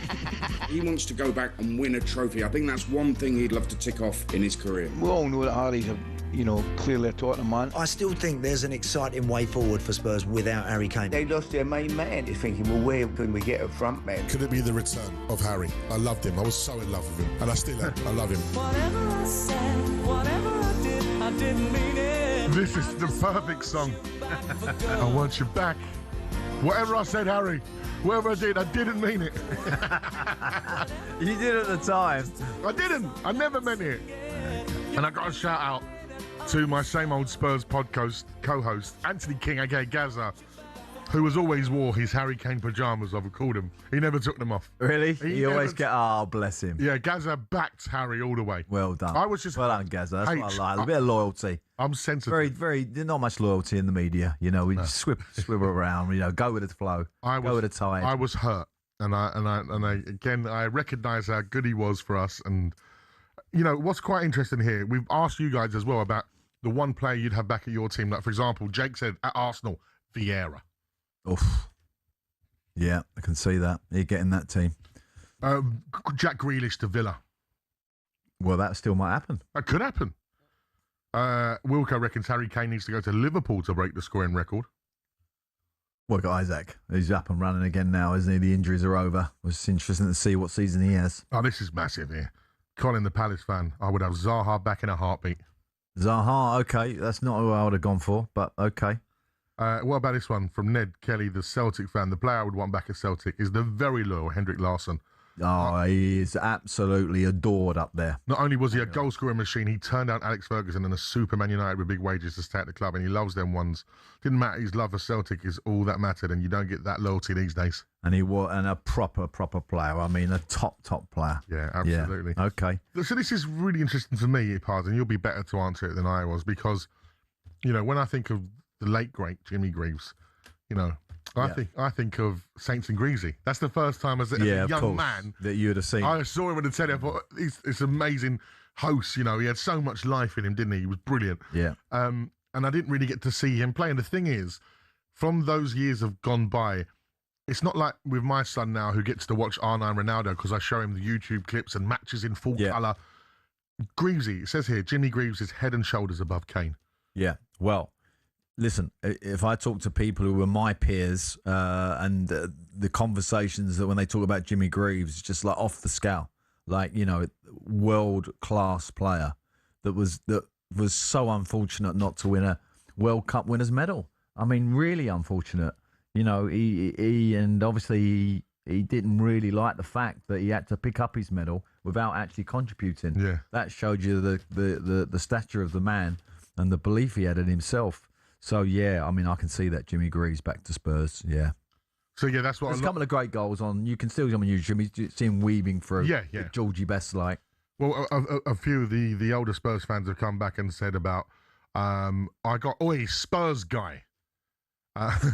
Jimmy Greaves was much better than Harry Kane and smoked a pipe while being a big game player. Bring back Greavesy. So put that in your Spurs pipe and smoke it. That's Rocky in the fence. Again, as I say, I think generationally, this is the thing, and this is why talkSPORT's so great, because we have so many different generations of fans that listen to the show. Yeah. So everyone has a different perspective. Here's a good one from Tom. I'd have Kabay back at Newcastle. Okay. And this is what's interesting. Your favourite players at your football club, everyone's got their own favourites for different reasons. Like, as I said, I'm just looking at what Spurs need now. And for me, as I say, Harry Kane. I got a player for Newcastle. Okay, this is... Okay, what was that? So we're going to go, your former club, Newcastle United, who could they do with a former player that's played for them? Who do you think? To re-energise the whole city like he did the first time, Kevin Keegan. Bless him, obviously. Yeah, R.I.P. R.I.P., right? When he turned up at Newcastle, and I was only a teenager at the time. It's unbelievable, and what a absolutely brilliant person and player he was. Can't underestimate him. So he would be the one that's what they need up there now. A Kevin Keegan. Can you imagine? They could find one. If you could do it in the Premier League era, Pards, who would it be? I would go for David Ginola. Oh. You set me up there, didn't you? What? Did you know I was going to say that? David Ginola. I had a feeling. And this music. Turn this music up, Kitch. This is the David Ginola music. Yeah. This is like when he walked into Newcastle that first time with the hair, a fantastic Newcastle shirt, by the way, the collarless shirt. He's just done. Well, it was the famous goal, but I think it was for Spurs where he just where he just looks at the camera. Yeah. What a gorgeous man. And he's still a gorgeous man. He is. Does the French Premier League shows? Does he still do that? Yeah, He's done it for he years. used to be on talkSPORT quite a bit as well. Yeah. He's absolutely wonderful. A wonderful player. A wonderful human being. The Geordies loved him. He was adored. And this is, like, if you mention David Ginola, that comes on. Like, he walks round and that just plays. Yeah. And when he walks into a shop to buy some, that's on. Slow motion. Permanently on.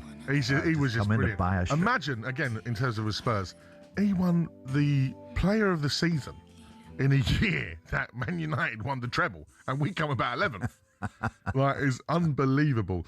Loads of messages coming in right now. Nigel, West Ham fan. I'd have Pyatt back. Pyatt, yes. He scored that. I don't know if you remember it. West Ham, I remember them getting a free kick thinking, oh, this is a dangerous position. Oh, yeah. And he hit it goalkeeper side. Hennessy was the goalie. And it went 2 yards outside of the frame and come back in and went in the top corner. Do you remember it? Yeah. It's an unbelievable goal. Unreal. Yeah. We've got so many callers. He wouldn't be my favourite West Ham player. He wouldn't get in my top 10. Well, do you want to hear from a West Ham fan? I've got one. Oh, go on then. Let's go to Daniel, the West Ham fan. Good evening, Daniel. Hello, fellas. How you doing? Yeah, very well indeed. God, there's been some great players at West Ham over the year. Who would you have back at the club right now? I mean, he's not a worldie, but you talk about loyalty and Pardew knows, like Pardew knows this one. Loyalty, bad luck, good in the change room. What I'd do to have Mark Noble back. Mark Noble. Give him his debut, bless him. Yeah, he was a great player. I mean, I personally, where you are now, right, in the Championship, he would be a great shout. But I would prefer, just because of his stature and set plays and his dominance in the air, with Billy Bonds. That's who I'd have gone for. Yeah. Definitely. The great Billy Bonds. Yeah. But I mean, as you say, I mean, we could name, couldn't we, 10, 15 great West Ham players, Di Canio, etc., you know, wow. Some brilliant players. Rio Ferdinand, you know, they all started at the academy. Absolutely. That's what I said. West Ham had some great players. Let's go to Tony, a Liverpool fan. Let's get him in as well. How are you, Tone?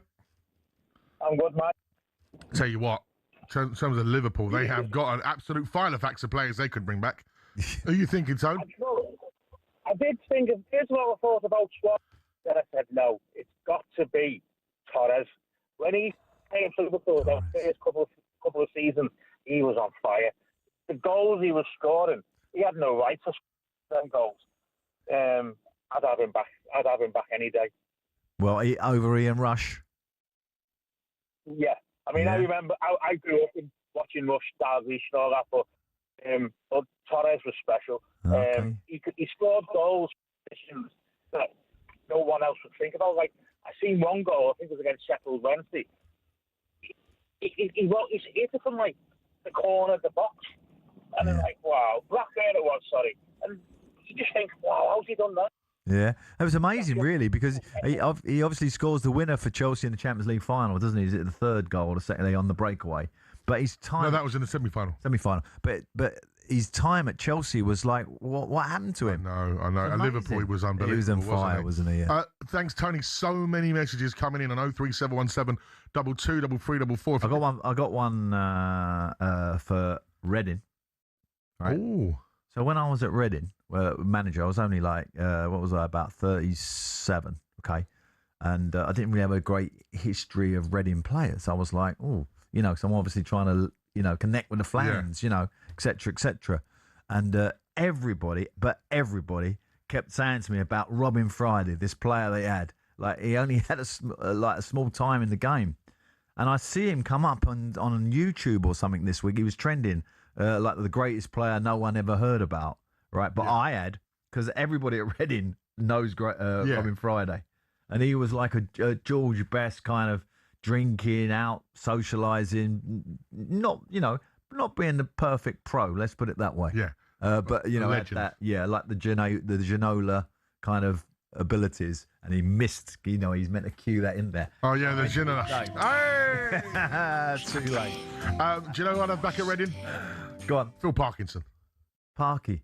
My old skipper. That's what I'm saying. And my old assistant manager. Yeah. And now a legend at Wrexham. Now, Parky would go back in for me at Reading. Yeah. 03717223334. And talking of legends returning. Now, he doesn't get the Chatem music. We need some music for him as though the big man himself, Alan Brazil, returns to the breakfast show on Wednesday morning. We're so pleased about that one. Oh, honestly, I tell you. This ain't trade talk. No, this is real. This is from the heart. I mean, the man has done this job. Is he like 25 years? 25 years. Getting up at 4 o'clock in the morning to entertain the boys and girls. You talk about walking down the tunnel at St James's Park as a privilege. For me, being on talkSPORT is an absolute privilege for me. Growing up listening to it in my dad's van, would picking me up to go football, whatever else. And Alan Brazil was our guy. Listening to him. And, my dad is over the moon. Remember, this is his second career. Yeah. His first career happened to be a great footballer. Exactly. That's what I'm saying. Just to remind a few people that he did that as well. So, yeah, every time I speak to Big Al, it's always a privilege. And it's great to have him back. And he's looking great. Yeah. Sounding great. I cannot wait for that. That's Wednesday, the return.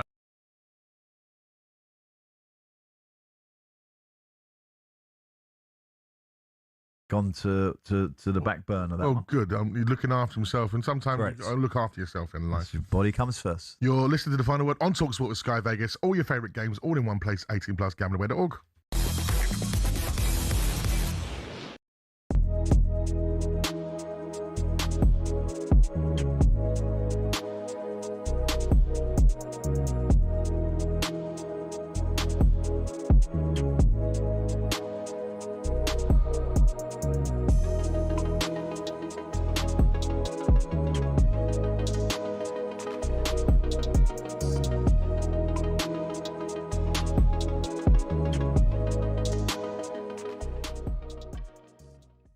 Liverpool are set to place an opening bid for Bradley Barcola, but what PSG want and what Liverpool are willing to offer at the moment seems quite far away. Yeah, there's a goal for valuation, but that's normal. PSG's starting position is £145 million. And my information is that in terms of the fixed fee, Liverpool are looking at roughly 80 million, maybe some add-ons on top. But that's the starting point. And knowing this is going to be a difficult negotiation because of PSG's starting position and the fact that they haven't signed Yan Diomande, Liverpool might need to be patient. And my expectation is it might run a similar course to Alexander Isak. And by that, I don't mean the player will agitate and go on strike. But what I do mean is with Alexander Isak, Liverpool placed what they thought was a fair offer early. When it was rejected, they waited until right towards the end of the window and the deal got done in the final hours. And you may note that Newcastle went from not for sale to 125 million, and somewhere in the middle.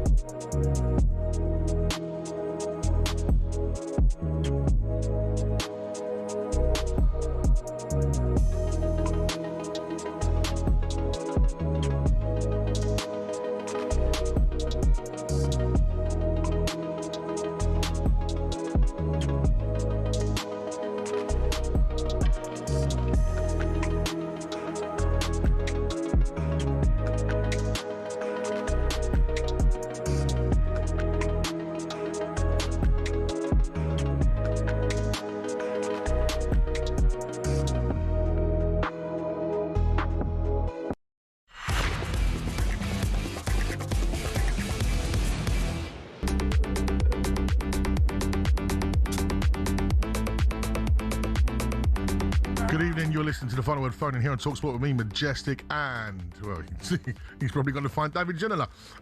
He's the former Newcastle gaffer, Alan Pardew. We're taking your calls all the way up to 9 p.m. tonight here on your Sunday evening. I'm also going to be back on air tomorrow from 10 p.m. on the Sports Bar alongside Carlton Cole. So looking forward to that one. 03717 223344. As we said, loads of messages, loads of calls coming in. I like this one, though. From Shamim says, Tottenham fans are delusional. Yes. Just because they spent over 200 million, they believe they will win everything now or even compete at that level. Tottenham will not pay that kind of wages to Kane. Do you know what? This whole idea that Spurs fan, I know it's the tongue-in-cheek thing. We probably got it lined up there. Spurs are back, that Jamie O'Hara says. But I know Jamie, and he doesn't think we're trying to win the league. Spurs have finished 17th 2 years in a row. It was absolutely horrendous, horrible stuff. Last day of the season, kept us up in the Premier League. We're just excited to go again. Just let us be excited. Just let us just crack on. I'm not saying we're winning anything. I think if we get a top 10 finish, well done, boys. It's a good start. I'm excited with the gaffer. The signings have been good. Come on, get over this. Spurs fans think they're going to win everything. No, there's not one Spurs fan that I personally know that think we're going to do anything other than, it's going to be better than last year. Spurs are back. There you go. I'm not commenting. Why not? Well, what do I need to comment about? You're making a statement, really. It's not like you haven't posing a question to me. You're making a statement. The House proposed that Spurs fans are not delusional, and no one actually says this. Where does this come from? Spurs football team and club, including Jamie, have always had a little bit of like, come on in, here we're the Spurs. Come on, boys, we'll take you on. A little bit lively. And that has been knocked out of them in the last couple of years. But I think they need a bit of that back, bit of that Spurs kind of arrogance. Return of Harry Kane would make that happen. And your boy who sat on the sideline all year as well, he'll help. James, yeah. Mr. Madison. Yeah. I just think that when I think of the great Spurs teams, okay, not perhaps going to win the league, but entertaining, like little bit risky football. No, I wouldn't say risky football, but like edgy football, clever football. To dare is to do. That's what they need to bring it back. Or as Jason Cantley says, to dare not is to suffering football. You played suffering. We have. Suffering football for 2 years. Absolutely. And just quickly, Paz, before we get our wonderful Jill on the phone. Jill's coming on. Okay. One thing that I was thinking about yesterday, because I come on here to talk about Spurs with Catman and Ashley Williams, is... Yeah, Adam Cattrall. Okay. So when we've had Jose Mourinho, Conte, etc., both of those managers are both bigger than Spurs, aren't they? Yeah. Well, yeah. That's the reality of it. They think they're bigger than Spurs. They know they're bigger than Spurs. They're just like, and they were the wrong appointments, and it ended up leaving us to the situation that we're in today. De Zerbi and Spurs, I feel, are a perfect marriage because he's not bigger than Spurs. He says it's a big club. This is the biggest job he's had so far, in my opinion. The two of us, him and Spurs, right now, could really lift together. And I think that's the thing. With Conte, it was always like, I liked Conte. I don't know. I'm going to have to go back through the editorials with somebody because I've got a strong feeling you said that about Ange. Not Ange, no. No, I think you did. No, I said about De Zerbi. I said no. You just said it about De Zerbi. No, but with De Zerbi, when he come in, but I think you said it about Ange. No, because he definitely wasn't the same level. I think we're the perfect fit. I think I heard it in my mind, and I have great recall on things like that. So I'm sure we can dig it out, but we'll find it. Anyway, enough of Spurs. Let's go to where are we going? Where are we going? Well, apparently you're going to El Dorado. El Dorado? Yeah, you look like you're ready for your summer holidays. Pardew looks like he should be on El Dorado, not talkSPORT. That's a compliment, eh? You look good, Pards. Suppose I've got the old linen top on today. So Spurs will get top 6 this season. De Zerbi, I know Europe with the signings they've made. Spurs will have a good season. I think you'll have a good season, actually. We at United did the same last season. Thank you, John Webster. Well done, John. Speaking of United, one of our favourite Manchester United fans. Not Michael Carrick, is it? It's not Michael Carrick. It's one better. It's Jill. Good evening, Jill. Hello there, Madge and Paz. How are you doing? The gang are back together. The gang are back together. It feels like a Sunday now, doesn't it? Who's the one player you'd have back at Man United, Jill? Well, the thing is, right, they come as one. So I'm cheating slightly. You don't start choosing two, Jill. We love you, but that's She's only going to go. She's chose the Nevilles. She chose the Nevilles. She's getting down in.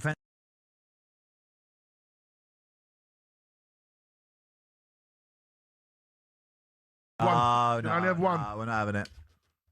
Can I not have that? No, you can't. Just because you're a Sunday favourite doesn't mean you get to break the rules, Jill. Okay, in that case, I'll have Rio. Oh, Rio over Vidic. Yeah, at the back. Because I just think we need somebody else at the back. So I'll go for Rio. I actually think, Jill, you're spot on there. I think you need a summer centre back. Yes. Yeah, a top line one. Yeah, so we'll see. But anyway, you've had a decent start though, haven't you, Jill? I mean, from what I can see, the reports coming out of Manchester are good. Yeah. Yeah, good loss. Good loss against Wrexham. It's a good start. Yeah. I'm as enthusiastic as Madge is, but I've got a bone to pick with Madge. Go on, Jill. Yesterday, you were on talkSPORT. I was. And you said one thing. You said you would have Rashford. Yes. Well, I've booked an Uber. He's on his way. Well, I would be absolutely delighted with it because what happens is De Zerbi comes in, he puts his arm around Rashford, he's wearing a fur Louis Vuitton coat, and he says, firstly, take that off. And second of all, you're a great player, and under me, you're going to do well. That's what would happen. Listen, man, you keep being enthusiastic about Spurs, right? It's your team, but you're in La-La land if you think Kane's coming back. Listen, why though? Why am I in La La Land? For him to return to the club that he grew in. I just think you're being, it's enthusiasm, but I don't think he's coming back. Did Gareth Bell come back? You're right, Jill. Did Gareth Bell come back? I don't think any of them are coming back. No, but did Gareth Bell come home? Well, yes, he did, but that's not... Did Teddy Sheringham come back? Yeah, but did Jermaine Defoe come back? Well, they all come back. They all come back. Oh, it's a trait. Listen, I've got a list for you. Jermaine Defoe, Robbie Keane, Gareth Bell, Teddy Sheringham. Well, they all came back. 2 turns. Yep. Jermaine did. Jurgen Klinsmann as well. Yeah, Jermaine got sold to Portsmouth, didn't he? Absolutely smashed it. And Harry come in and was like, well, I've got to have Jermaine back. Jermaine came back. Yeah. And Peter Crouch. Peter Crouch came back because he was with us as a youth. 6 time. I see him. He played against me when he was 16. Oh, what? When he was at Spurs? No, I was managing Reading at the time. Yeah. But there you go. Klinsmann came back. I always like to say that when you're playing at Spurs. You like to have your little. I think that's a little dig. It's not a dig. I love the fact that you played for Spurs. Right? Imagine it. Yeah. It is Klinsmann, Sheringham. So it's traditional. It's traditional. You forgot to do that in your punt when you was doing your salesman. I should have, shouldn't I? It's a tradition, Harry, that you come back to Spurs like they all have in the past. You could have done that one. Let's go to Dan, the Everton fan, because Everton have had some players over the years, haven't they? Some good players. Dan, who would you have back at Everton, mate? Thanks for coming back to me. Who would I have back? Cahill. Oh, Cahill was a good player. He had a lot of energy, didn't he? I'm worried about Everton this year. Oh, tell us why, Dan. We've been flirting with relegation for so long. We've got a new ground, and what's going on? Yeah, you're not really ripping it up on the transfer front, are you? We're rubbish. That Martin Roll, he looks half decent player, but he'll play him right back. Yeah, it's just no good, mate. We've got Barry up front. He's like he done like a dodgy like a pull back the other week to roll in the corner. Yeah, better up front. I don't know. I'm really worried about Everton this season, man. Yeah. Well, we'll have to see. I mean, saving up at relegation for years, like 95, like 31 years ago. Paul Rideout. Paul Rideout. Now, Paul Rideout. But wait, hang on, Alan. What about Leroy Lita? How was he? Leroy Lita, yeah. Leroy was a lovely fella, though. Yeah, I'm not doing myself justice tonight, but like back in the day, I done this thing about Trent, saying he was rubbish, right, for going to Real Madrid, right, with Adam Cattrall, and I had 6,300 views, but I think I'm going to struggle to get 3 views on this rubbish conversation I had tonight, aren't Probably. Like 20 minutes I've been waiting, listening to Jill. We're talking about Everton, and then we've gone about Spurs. They ain't winning nothing. They ain't getting top 6. Everton are going to be Everton are going down. Everton posh. I'm from Peterborough. Everton posh double going down. That's my tip. And you're listening to Positive Dan here on talkSPORT. Who wants more than these 6,000 views, please? Dan, who do Everton need to buy then to stay up? A striker. This is everyone's hit list. Where is the strikers these days, Parts? Who Who can everyone go You for? need wide players, obviously, to contribute with goals because you've only got one. Most teams are just taking one striker or playing one striker. So you got that lone role, and it's a very difficult role to play. I mean, I would suggest that Everton could do with somebody. Would they look? They wouldn't look at Rashford, would they? I don't think. They need somebody. And talking of legends returning, as I mentioned before, Alan Brazil is going to be back on your radio on Wednesday. Can't wait for that, so I have to tell you again. Coming up, we will hear about a very eventful weekend for FIFA and a very unhappy Real Madrid. You want to get on their nerves. talkSPORT's Ben Jacobs will be joining us with all the latest next, and you listen to The Final Word on talkSPORT with Sky Vegas. All your favourite games, all in one place, 18+, gambleware.org.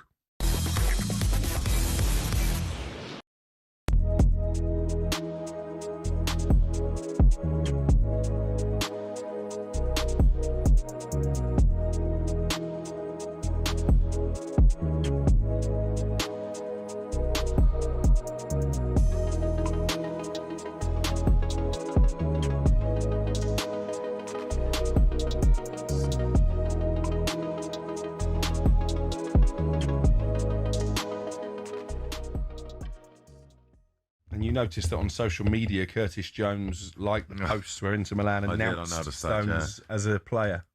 He's acting like a spoiled brat. I saw his behaviour last night on the pitch. This was after the friendly. Yeah, I understand the frustration that you should have got the armband. He's been, he's a scouser. He's been there 20 years. Blah blah blah blah blah. But to act like that and for it to carry on, because it went on for about 2 minutes. Was it him and Dominic Szoboszlai? Yeah, he was having a go at Szoboszlai, who handed the armband over, I think, to Tsimikas. And I believe Curtis Jones had the temper tantrum over that. It's just like that behaviour can't happen. Not from a graduate from the academy. He's too into himself. So if he wants to go, source of his frustration not so much the captain's armband in a pre-season friendly, it's the fact he wants to leave, is it? Yeah, okay, so he wants to leave. Well, okay, now Liverpool have to get the best deal for the football club. That's how it works, okay? You don't get to throw your toys out of the pram and do it slowly, knowing him, and then act like that. I just don't understand it. You're playing for one of the biggest football clubs in the world.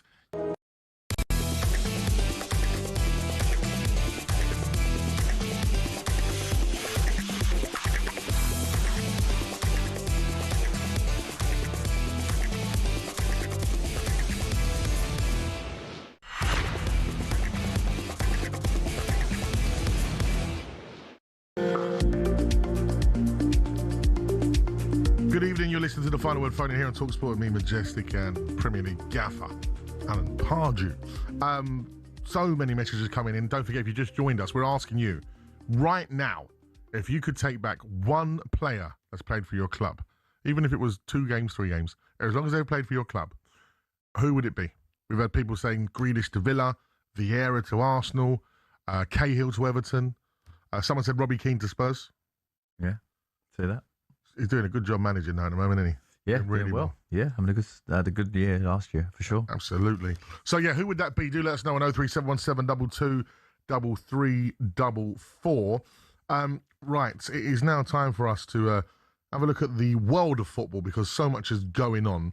And joining us right now is talkSPORT's very own Ben Jacobs to bring us up to speed. How are we, Ben? Good evening. How are you? Very well. Feels like ages since I spoke to you, Ben. It's been a busy summer for you. The World Cup was good?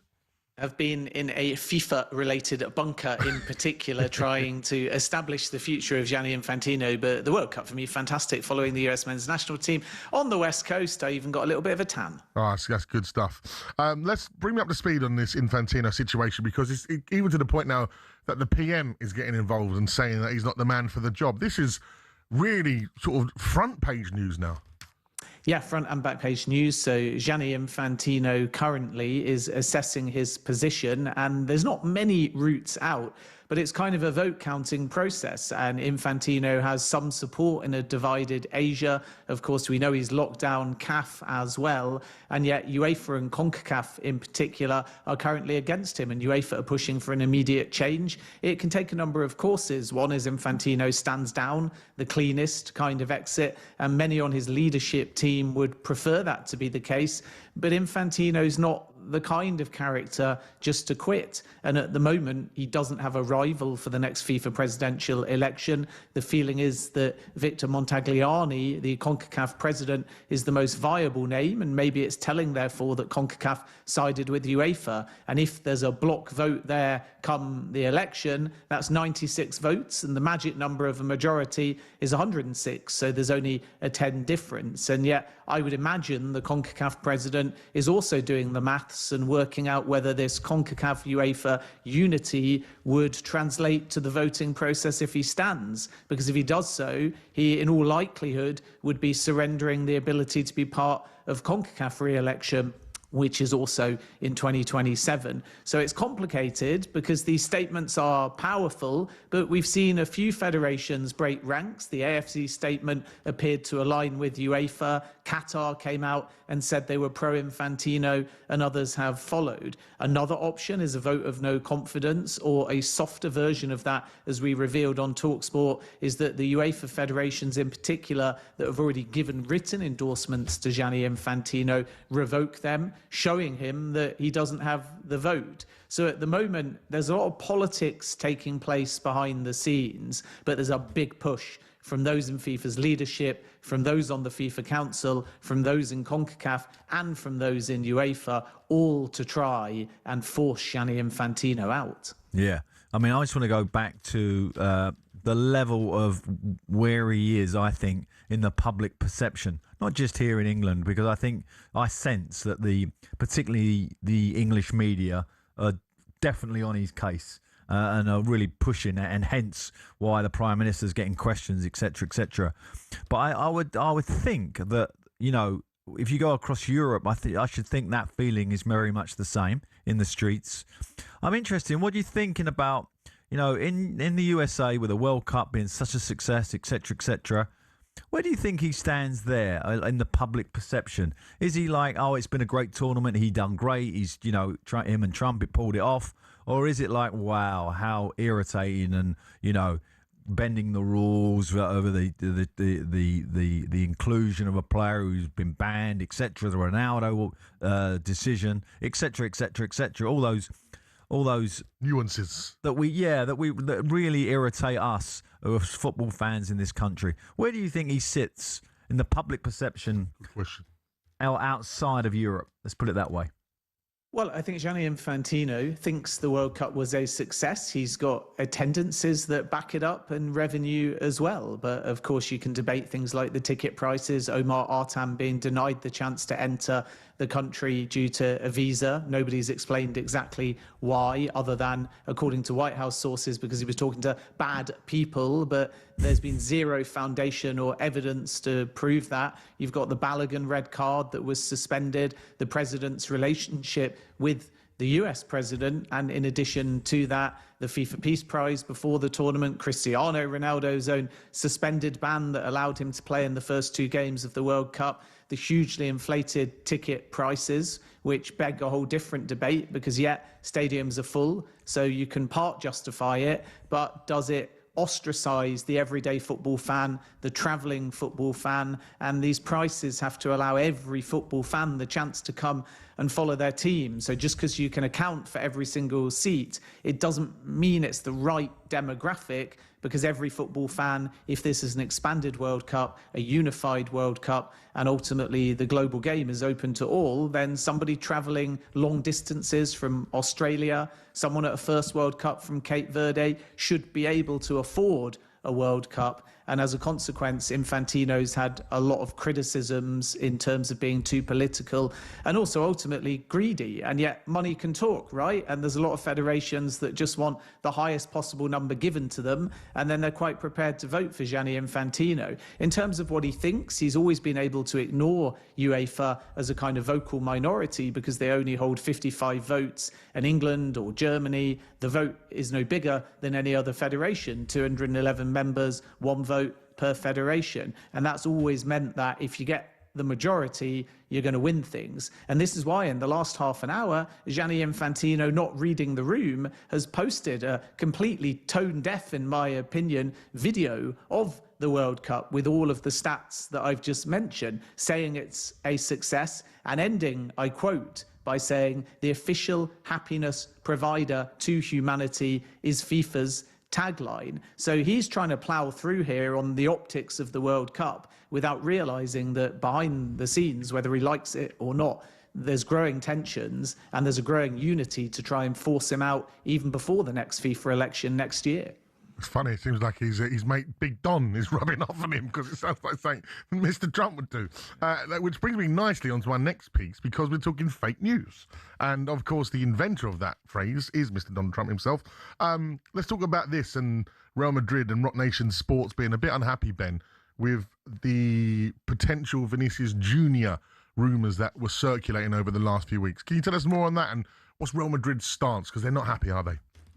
Yeah, so Rock Nation look after all manner of high-profile clients. They're one of the biggest agencies in the entire football industry, and the statement, like you say, is titled Fake News, and it speaks about the media misrepresenting the facts and the interests of their clients, although it doesn't go so far as to specifically say it's about a particular client. But what we know is that Vinny Jr. and Yan Diomande are both in for big weeks, and we should get a little bit more clarity as to their future. With Vinny Jr., we've seen a range of different reports, which of course I respect. But if you spell them all out, some say that Vinny Jr. wants a big signing bonus. Some say that Vinny Jr. is staying. Some say that Vinny Jr. will renew. Some say Real Madrid are prepared to keep him even if he leaves on a free transfer. Some say Arsenal have already agreed personal terms. And from my perspective, we're not yet at that point of clarity because in the next few days, Vinicius Jr. will decide, does he want to engage further and get this renewal done? Does he want to open the door to an exit and then Arsenal can be encouraged? And it's all very well some Real sources stating they're happy to keep the player in a third scenario where he doesn't go to Arsenal and he doesn't renew, but obviously then they risk losing him on a free in summer 2027. And I'm not so sure that Real will stomach that situation. So for me, it feels like in the next few days, this is not going to be a long-running saga. It will either be renewal or the door becomes potentially open to Arsenal. And this is going to be a fascinating story to watch. And then with Yan Diomande, my understanding is that he's highly likely to join Real Madrid, pending, as we revealed on talkSPORT, final details. And there's two kind of aspects to this. The first is finessing a package of certainly in excess of 110 million euros, and some say in and around 120 million euros, maybe even a fraction more. And the add-ons, of course, and the structure, the payment terms are important. So although there is a relatively advanced state and consensus around a verbal agreement of what this package is going to look like, the parties still need to agree on all those little things, and Leipzig likely have to find a replacement as well. But it wouldn't at all surprise me if we get final and formal clarity on the futures of both Yan Diomande and Vinicius Jr. this coming week. Ben, just quickly, if I remember rightly, you're a Leicester fan, right? I am a Leicester fan. So we're asking everyone tonight if they could have one player back at their football club right now in their current team, who would yours be? Surely. Easy. Riyad Mahrez, free transfer at the moment. Bring him back. We've just lost Abdul Fatawi. Creativity, have him banging goals for fun in League One with his eyes shut. Get us back promoted to the Championship. Stay for the Championship as well. Get us back promoted to the Premier League. And then even if he wants to stay again, I'll keep him. He was a fantastic player for Leicester in that Premier League winning season. And he really came to light under Claudio Ranieri. Reminds me actually of Jeremy Doku in some ways, because Doku took his time and then last season really added the finishing to his game. And Mahrez was always explosive for Leicester. But in that first season under Claudio Ranieri, he suddenly found a way to boss games, to win matches, to combine with Jamie Vardy and others and ultimately win the Premier League. So he's left Al Ahly and I would take him back in a heartbeat. Love that. It's a great shout. Thank you very much, Ben. Ben Jacobs there with all our world football news. Coming up soon, we're talking about clubs splashing the cash in the capital and your ultimate summer mixtape parts. But we'll get back to the phone lines for your returning legends as well. 03717 22 3344. It's Madge and Pards, Sunday night talkSPORT.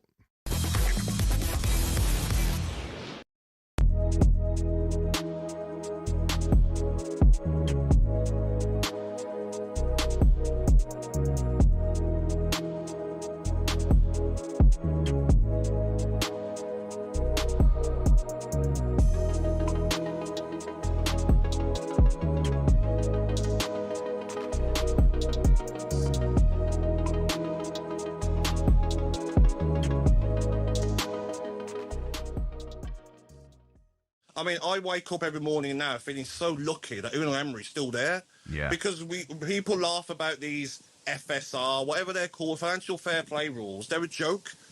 Look at Aston Villa, right? Finish in the top 4, win the Europa League, and then your best player, Morgan Rogers, leaves. Why can't Aston Villa keep hold of their best players and then say, we're going to get to spend 150 mil like Chelsea, Man City, Liverpool, Arsenal, and then why can't we go and challenge for the title? These rules, they're there to keep the so-called top 6 there. And this season coming, the so-called top 6, they call it, will finish in the top 6. I'm sure of it. Aston Villa, with what they're able to bring in, I'm going to be able to challenge. Gab, I've had a conversation with you. This time last year, that Unai Emery, this time next year, we'll be lucky to have Unai Emery as the manager. Gab, it's great on every manager. Gab, I've had a conversation with you before, and I've said that if a big club like Manchester United comes in for your manager or players, they'll leave. And you're like, no, that would never happen. How's Yuri Tillemans working out for you? Yeah, but that's a release clause, isn't it? That's a stupid release clause of 35 million. Could have stayed. No, I agree. I don't blame him. He's 29. He's won. He scored a great goal in the final Europa League. Manchester United are a bigger club than Aston Villa. I understand why players would leave Aston Villa. But what I'm saying, Andy, is how, if it's Everton in a few years, if it's Sunderland, whoever it is that wants to try and break into that top 4 and try and... Corinthian Casuals are a team in the Combined Counties League Premier Division South. Despite that, they're one of the most important clubs in world football. Here's why. The club was formed in 1939 as the result of a merger between Corinthians FC and Casuals FC. Now, Corinthians FC were founded in the late 1800s when the FA's top brass were sick of getting pumped by Scotland every time they played them. As a result, a man called Nicholas Lane Jackson set up an amateur side which would bring in the best players who could all play for the national side. And it worked. It wasn't long before England were dominating the international fixtures they played, and it was largely down to Corinthians. In fact, in 1894 and 1895, they played consecutive games where Corinthians provided the entire England 11. But the thing is, the players refused to play professional football. They didn't believe in it. They wanted to spread the values of sportsmanship, competition, and played for the love of the game. It also helped that most of the players were Oxbridge graduates who didn't need the money. But instead of entering the league and cup competitions, they played exhibition football and toured the world, bringing the beautiful game with them. And it was this which spread the game throughout the world and made it so popular. Most famously, in 1910, they travelled to Brazil. And the locals in Sao Paulo were so impressed, they started their own team under the same name.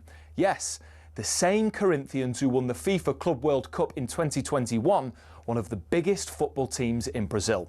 Now, they were global superstars, and despite not being professional, Corinthians drew in the crowds. Everybody wanted to play them, everybody wanted to watch them. So much so, they regularly played the winners of the FA Cup in what eventually became the Community Shield, winning most of the time. They actually inflicted Manchester United's worst defeat, 11-3, a record which still stands to this day. Now, fast forward to today, Corinthian Casuals still don't pay their staff or players. The ethos of sportsmanship is still at the heart of everything that they do. And even though they're a side in the lower leagues, if you make the trip to King George's Field in Tolworth just off the A3, you'll most likely bump into Brazilian Corinthians fans who often make the pilgrimage across the globe just to watch their founding team play.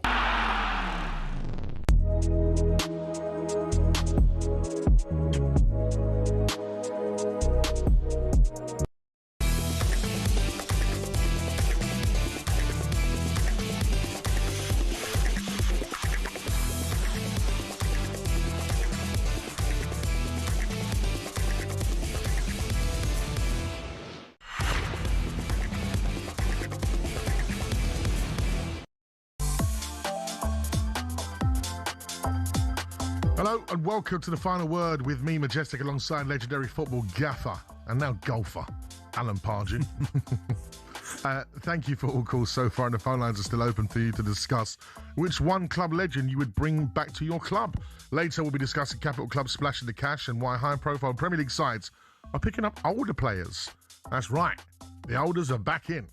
That's all coming soon on the final word on talkSPORT. Right, of course. So you know I am a DJ, and you're a music lover, Pards. We love our music on a Sunday night, don't we? And we have quite an eclectic taste between us both. We do. And this, of course, is who? Canada's finest. Boys of Summer. No, this is Summer of '69. Oh no, yeah. Yeah, sorry. By Bryan Adams. Yeah. Which has been crowned. This wasn't my choice, though. No, this is what's been crowned Britain's greatest summer anthem in a new nationwide poll. It's beaten a host of feel-good classics that have soundtracked sunny days for generations. So Bryan Adams, Summer of '69. Which is a great song. It's You stick it, when it comes on in the car, you're like, yeah. You're in. I'll tell you what it reminds me of, and I would love to know who listening knows about the place I'm about to talk about.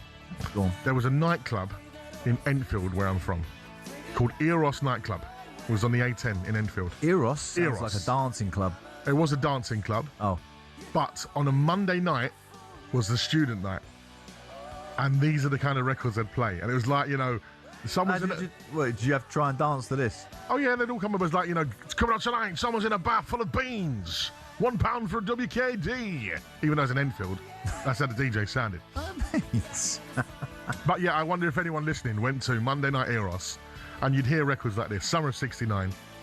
Like in my day, we had Merton Hall, so that's few people lived in southwest of London. Merton Hall. Would go to Merton Hall for that same sort of thing, young disco. But I'm going back many years. Okay, so we need to see listeners who went to Merton Hall with Pards, or to Monday Night Eros with me, Madge. I'm guessing about 75 to 80, 75 to 78. I'm talking like 2004, 5s. Yeah, because there are certain eras. So yes, seeing that we're speaking about that, let's make the ultimate final word summer mixtape.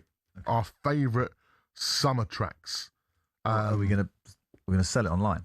Can we? We can't sell it. We can't financially. No. You probably get 3p for it now anyway. Okay. What's your best summer track? WhatsApp us on 03717 223344 or text us at 81089. We will decide the best 10. Might even make them into a Spotify playlist so you can enjoy it. We actually do have a final word Spotify playlist. Do we? Yeah. Let's bang it on. I'll get it updated tonight. Our bangers. Our bangers. Yeah. Imagine Pards' bangers. Our Sunday bangers. Our Sunday's bangers with no mash. Right, 03717 223344. The Villa fans here, David Platt back at Villa. Platt, a good player. Very similar to John McGinn. Both used their their rear ends to block players. Yeah, that's true. The player I know back at my club, Roy Keane, to sort every player not pulling their weight. That's from Aaron, the Man United fans. Yeah. Luis Suarez for Liverpool. Luis Suarez, scored that wonder goal against me. Colaccini when lifted it. John Carew to Villa. No. Yeah. No. I'm telling you. No. Villa, no. He wouldn't get in Villa's top 20. Well, Ryan, the Villa fan from Canada, wants John Carew All right, back. well, he's from Canada. That makes a lot of sense. What does that mean? Well, that means he's got the summer of '69 locked on. Yeah, but that doesn't mean to say he goes to many Villa games, does it? And maybe he lived in Villa and moved there. Well, I'm guessing he didn't. Why that choice? Steve from Enfield said, remember Eros Enfield? Thursday night, grab a granny night. Sounds terrible. Ended up as a bingo hall. That's from Stephen Enfield. It didn't end up as a bingo hall. The bingo hall was always there, and it's actually now a Dunelm, like a home store. Grab a granny mean? What, you take them across the road sort of thing?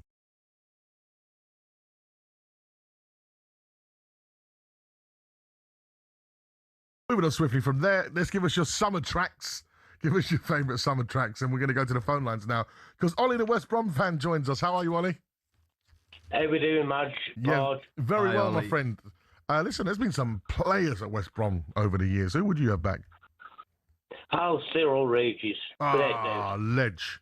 Pards, tell us more, because that's more your era than mine. Cyril Regis.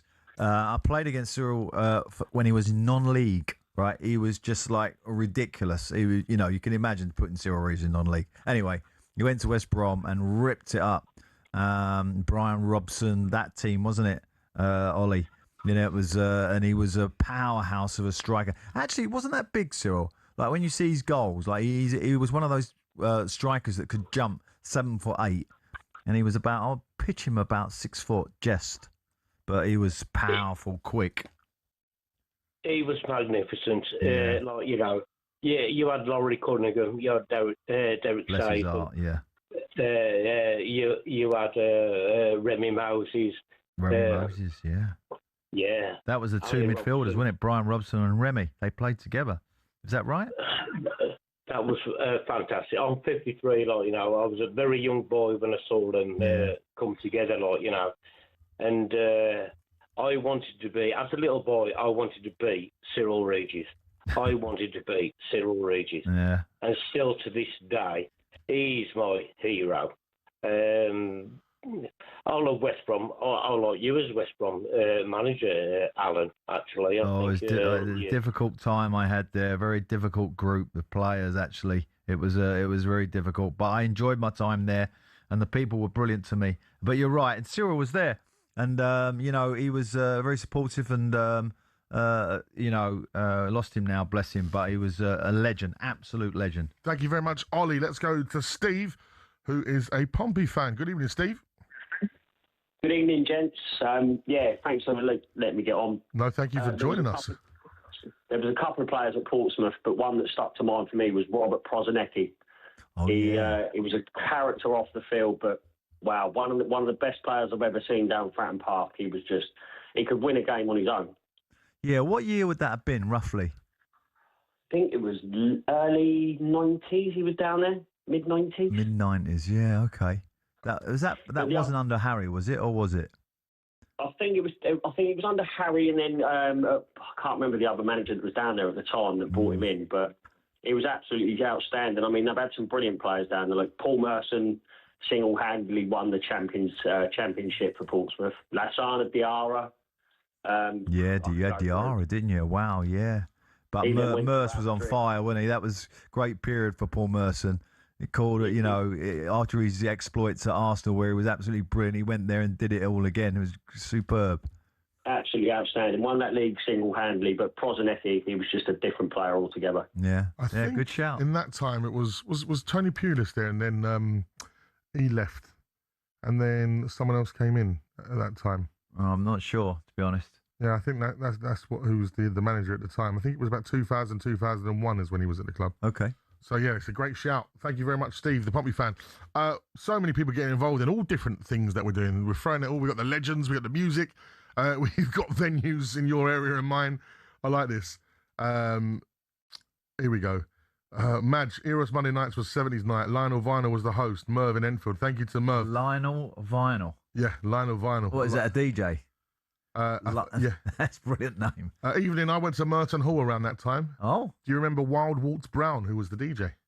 Wild Walt Brown, blimey. From Gary, the Chelsea fan. Oh, yeah, it's a bit of Chelsea area down there. So we got loads of songs coming in as well. Hi, Imagine Pards, Long Hot Summer by the Style Council. Yeah, oh, yes. And Summertime by DJ Jazzy Jeff and the Fresh Prince. Yes, yeah. That was one I mentioned earlier, actually, in the green room. I thought about that one. Dizzy Rascal, Holiday, that's from Dan on the M1.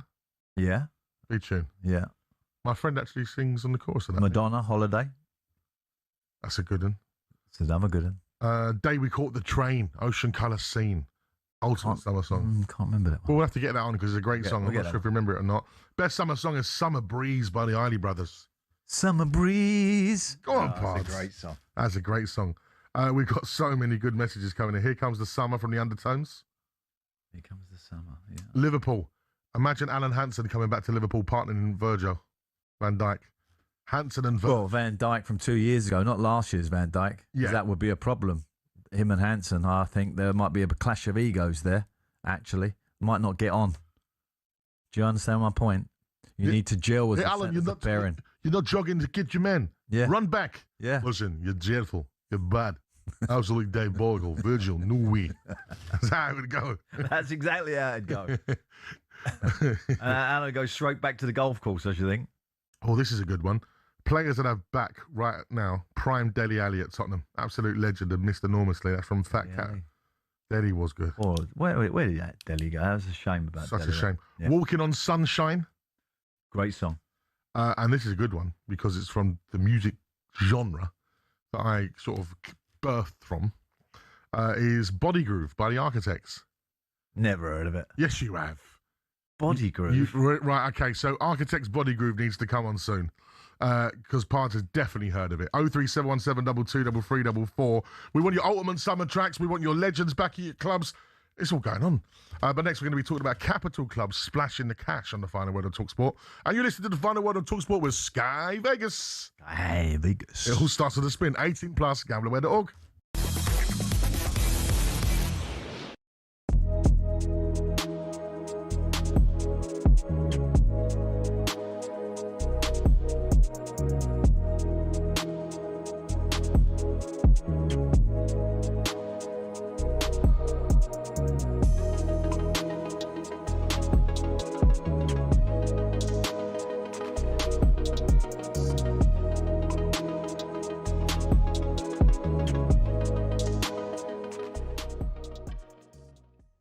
Phoned up and said you got 10 players better than John Stones. I said all time. I didn't say Prem, but let's stick to Prem, all right? Let's do this. Go on. Virgil van Dijk, John Terry, Rio Ferdinand, Nemanja Vidic, Vincent Kompany. Yeah. That's five. All right. Yeah. Are we going Tony Adams? Oh, yeah. No. No, you're not going to say... No, but go on. Go on. I would. Campbell.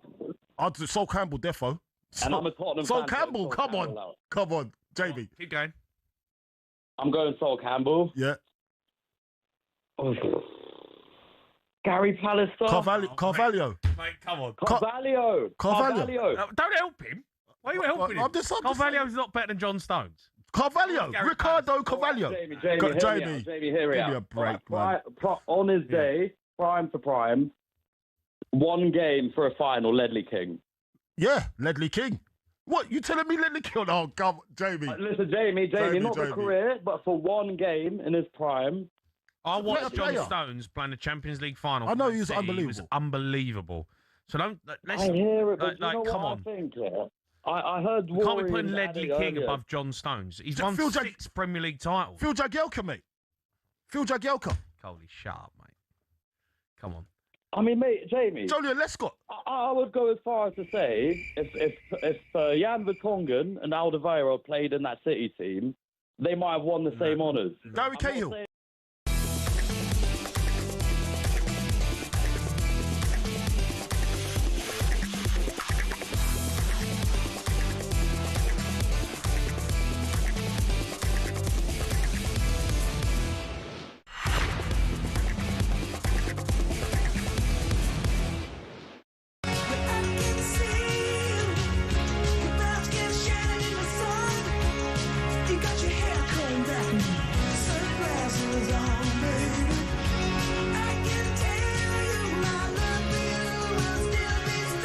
Right, Pards, you can introduce this. What is this? It's John Henley. Henley, isn't it?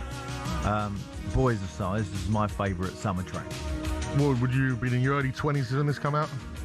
Probably. 1984? Yeah. But it's just one of those songs, whenever I hear it, makes me feel good.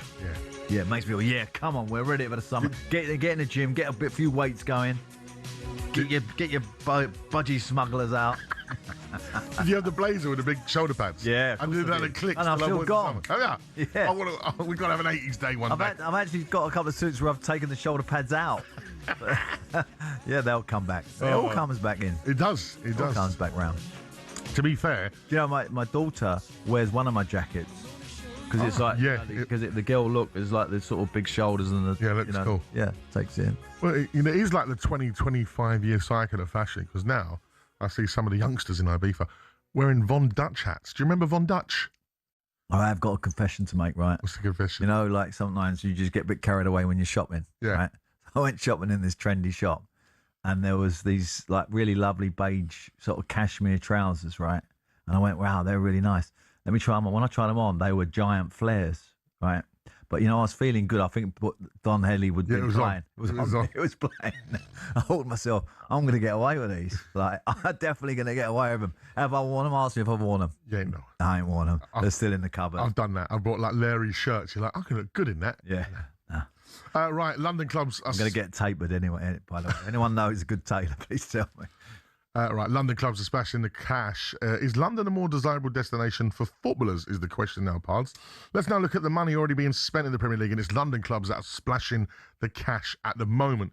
Does that mean a shift in power in the Premier League? Because money spent so far, Arsenal only 68 million, but they're going to be doing some more business for sure. Chelsea, 294 million. Most of that's Morgan Rogers, isn't it? Spurs, 228 million. So London's total currently 590 mil. Remember, there's a few other London clubs like Brentford, Crystal Palace, etc. Absolutely, but we're talking about the big 90. The big spenders. The big spenders. The big spenders, right?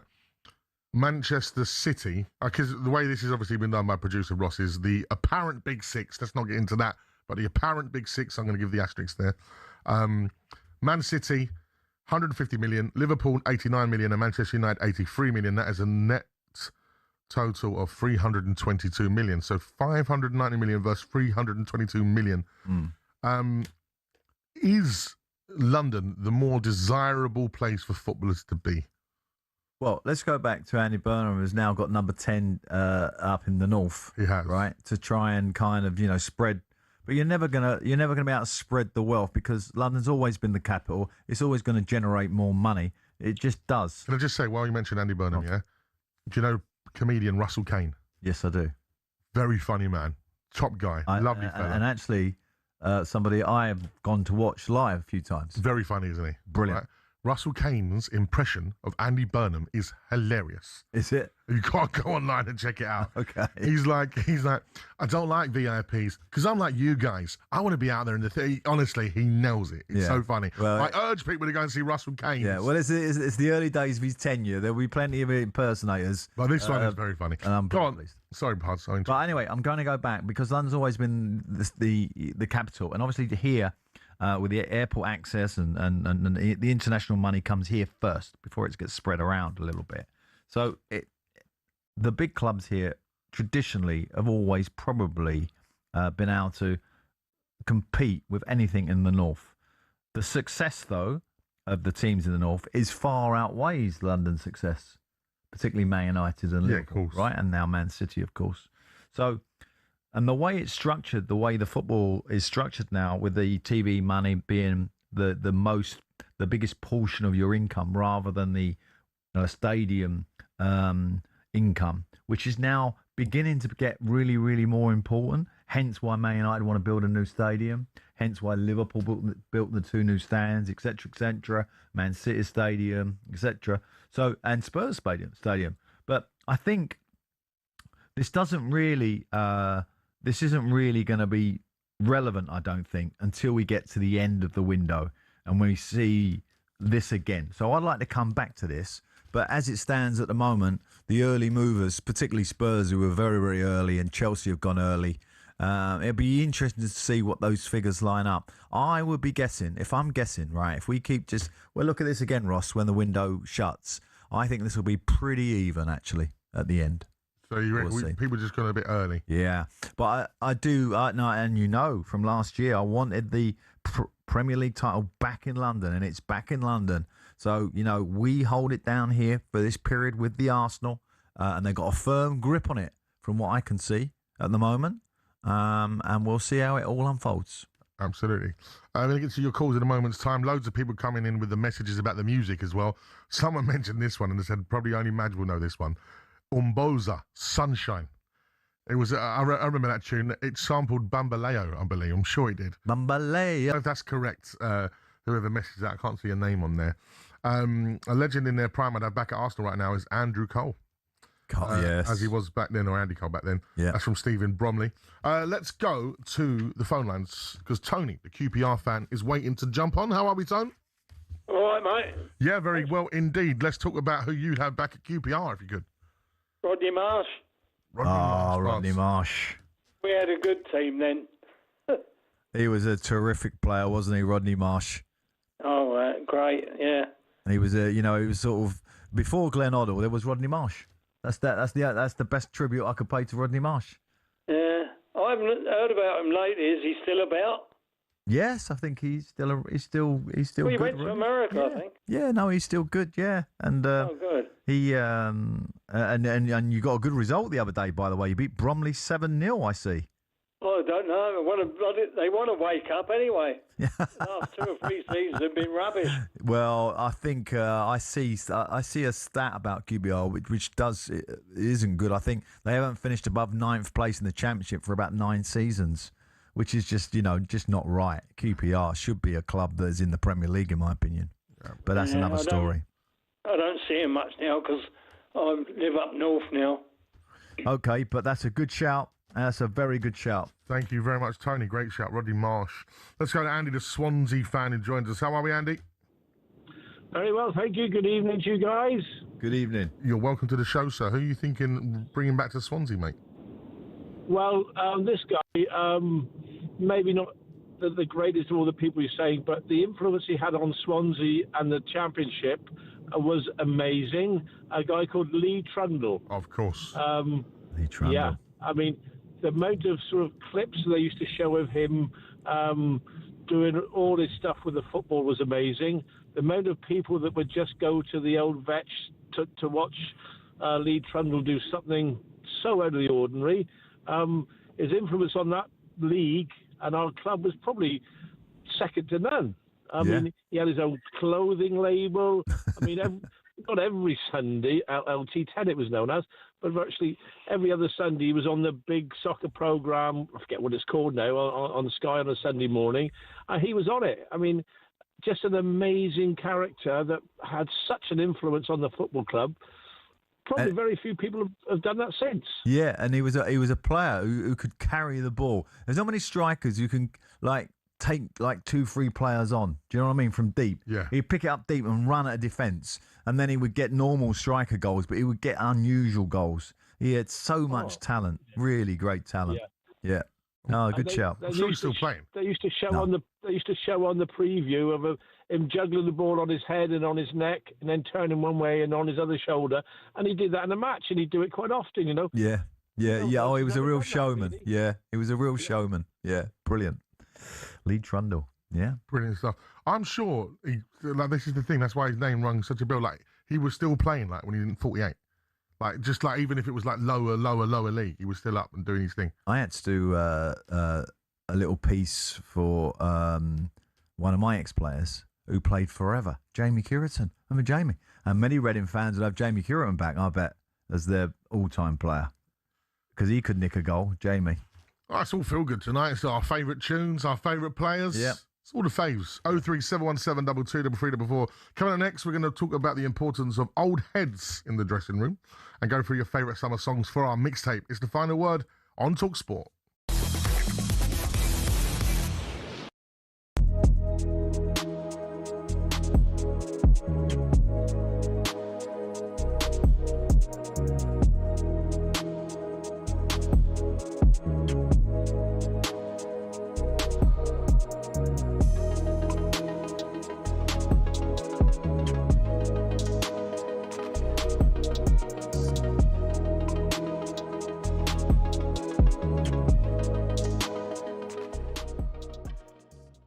Staying with Liverpool, there are some reports that they have now made a formal offer worth £100 million for Bradley Barcola. I reported a couple of days ago that Barcola wanted to make the move to Anfield, but you've not been too inspired by this possibility. No, I'm with Jamie Carragher in the camp that I saw him the other day talking about it. We have 3-4 left wingers already, players who can play there.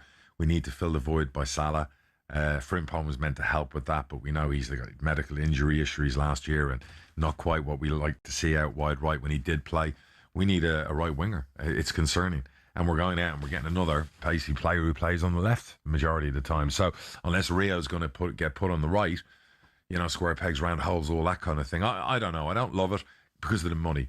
If he was 60, 70 million, and I get it, he's not. Yeah. You think, okay, it's a no-brainer. Then you maybe sell Gapco and you clear up some space on the left and you still go get a right winger.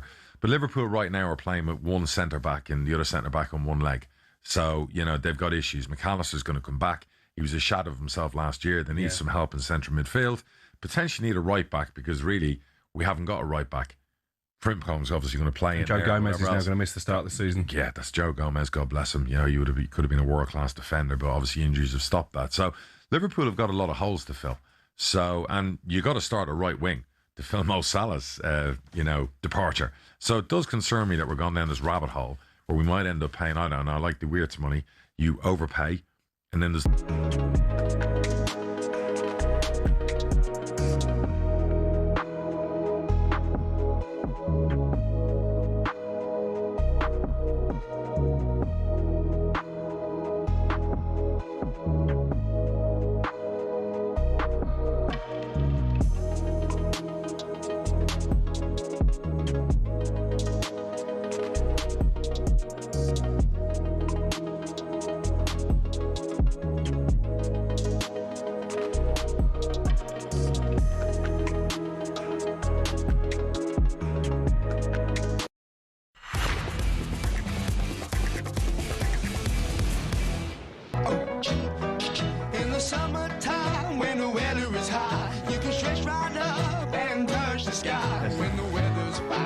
Mungo Jerry in the summertime. But unfortunately for me, it just has the memories of a really bad advert for, don't drink and drive, which is obviously a great message. Do you remember the advert they used? It was playing this, like it was a sunny day. Someone had, I only have 2 pints at the pub, and then the advert was pretty nasty. Actually, some of those ads, when you look back on them, were like really too reflective. Oh, they were chilling, but they did their job because that's it. They used to smash a peach or something on a car as if it was a child. Oh, don't. Let's keep up the summer good vibes. Yes, let's not go down that line. But yeah, the Mungo Jerry in the summertime, great record, which... Big afro, did he have? I've got a feeling he did. I can't remember. Someone will tell us, I'm sure. But yeah, I often think of that advert with this song. But a great record for our summertime playlist. Now it's time to talk about some of the older players versus younger player debates at the moment, because some experienced heads seem to be going into Chelsea. Jordan Henderson is to be confirmed. It's a deal that's close and Welbeck confirmed to Chelsea. And Christian Norgard, Arsenal to Everton, there's rumours there. Now, experienced players at football clubs, Pards. There seems to be, I don't know about you, but in recent years, I feel like footballers are being written off very early, like in terms of, and managers, in terms of age-wise. Now, we've seen it last year. Danny Welbeck, what a season he had. Yeah. You look at Spurs, João Palhinha, for me, was one of the main reasons we ended up to stay up at the end Sat of the on the bench for long periods. Yeah, until De Zerbi recognised we need leaders. Yeah. You're the gaffer. You've been there. You've been a captain. You've been a gaffer. What is the importance of these type players in dressing rooms? Well, firstly, let's go back to the age situation, because with the current kind of standing with sports science and everything else, the longevity of players is got to increase. It just it just makes sense that even though the intensity of the game is going to increase, the longevity of players will increase, because their nutrition and the way they look at, the way they train, everything, the way they recover is so much more efficient.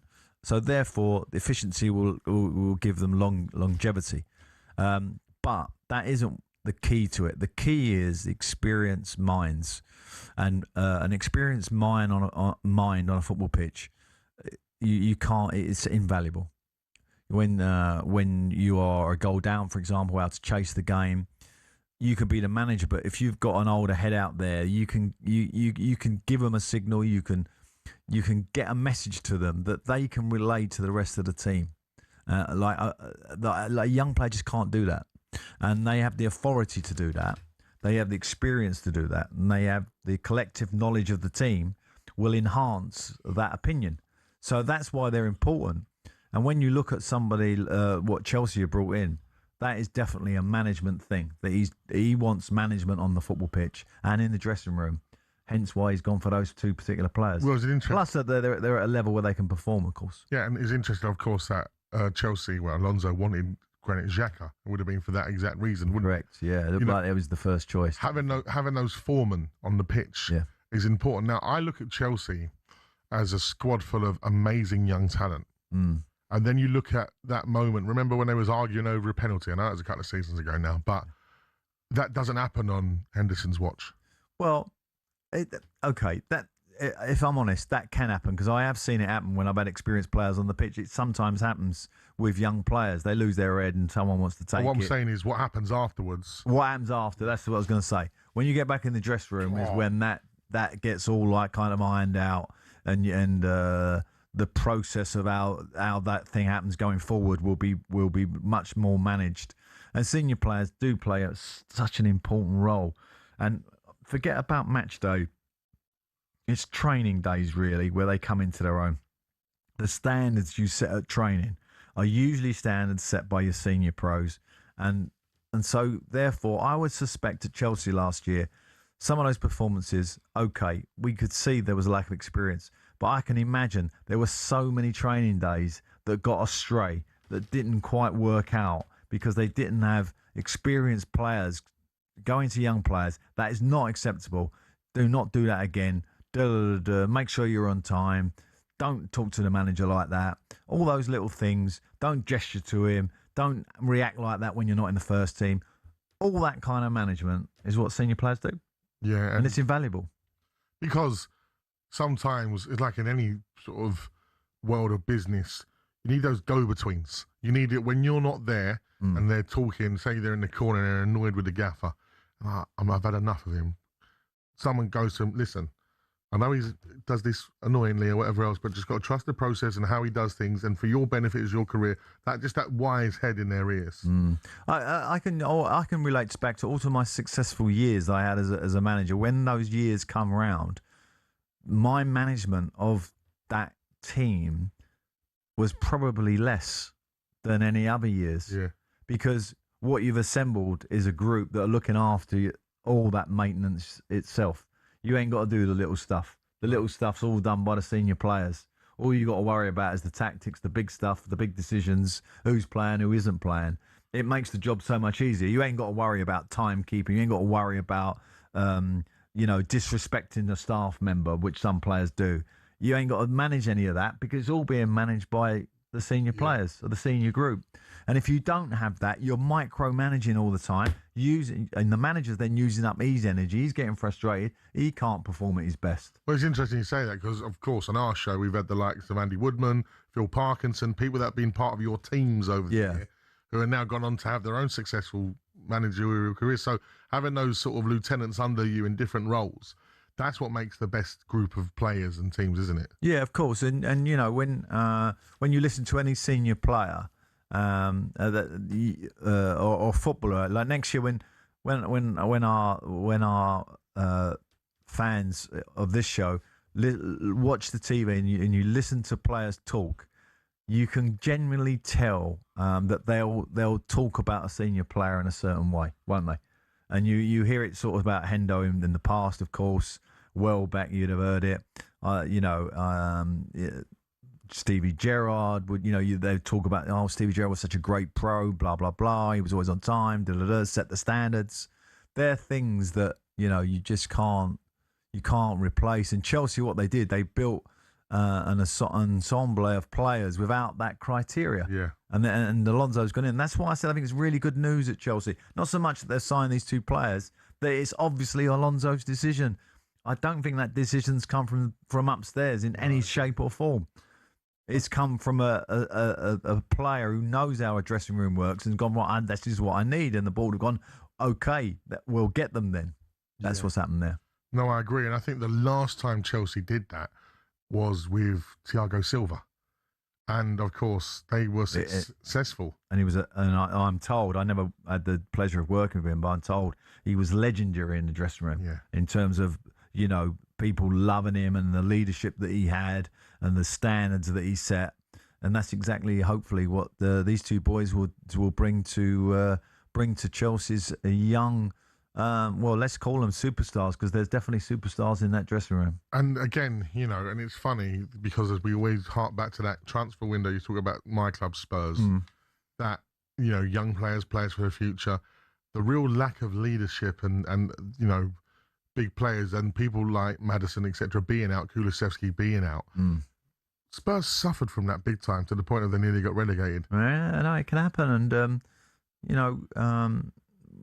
young players, when they say, "Oh, yeah, he's coming and fit in straight away," right? When you hear that, that's usually because he's come into like a dressing room that's settled, got good experienced players in it. Sometimes when they say, "Oh, the young player, he hasn't quite settled," you can bet your life the dressing room isn't great. The leadership, maybe three or four of the senior players are not in the first team. They're not really with a manager. And then young players can't. How can you settle in that environment? It's very difficult. Yeah, and you talk about even looking at like Leicester when they won the league, like Wes Morgan, Huth, and some of the people that they had there. Tremendous team spirit. Yeah, and that comes from those. And Danny Simpson, who was their right back, right? Danny Simpson was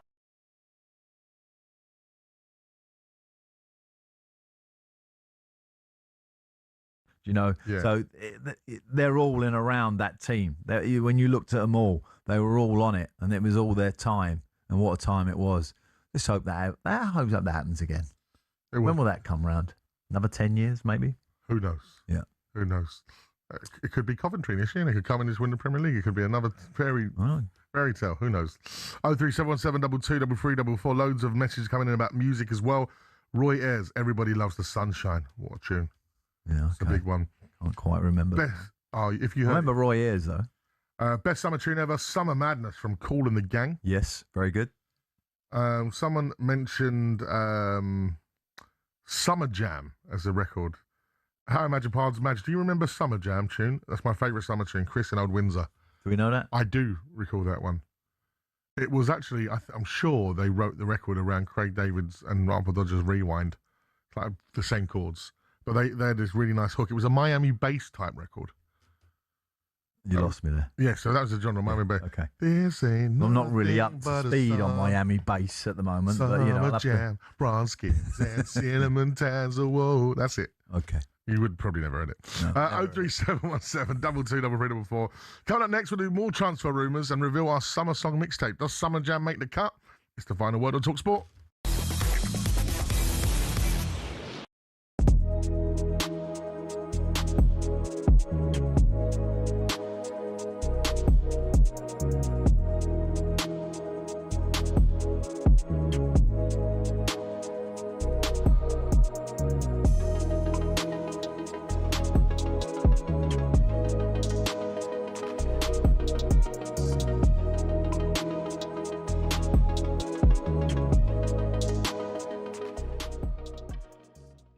Now, the Asian Football Confederation in the last couple of hours have come out and condemned Gianni Infantino's proposals to sell off Very late condemnations, aren't they? They're all panicking. Competitions. Well, they are.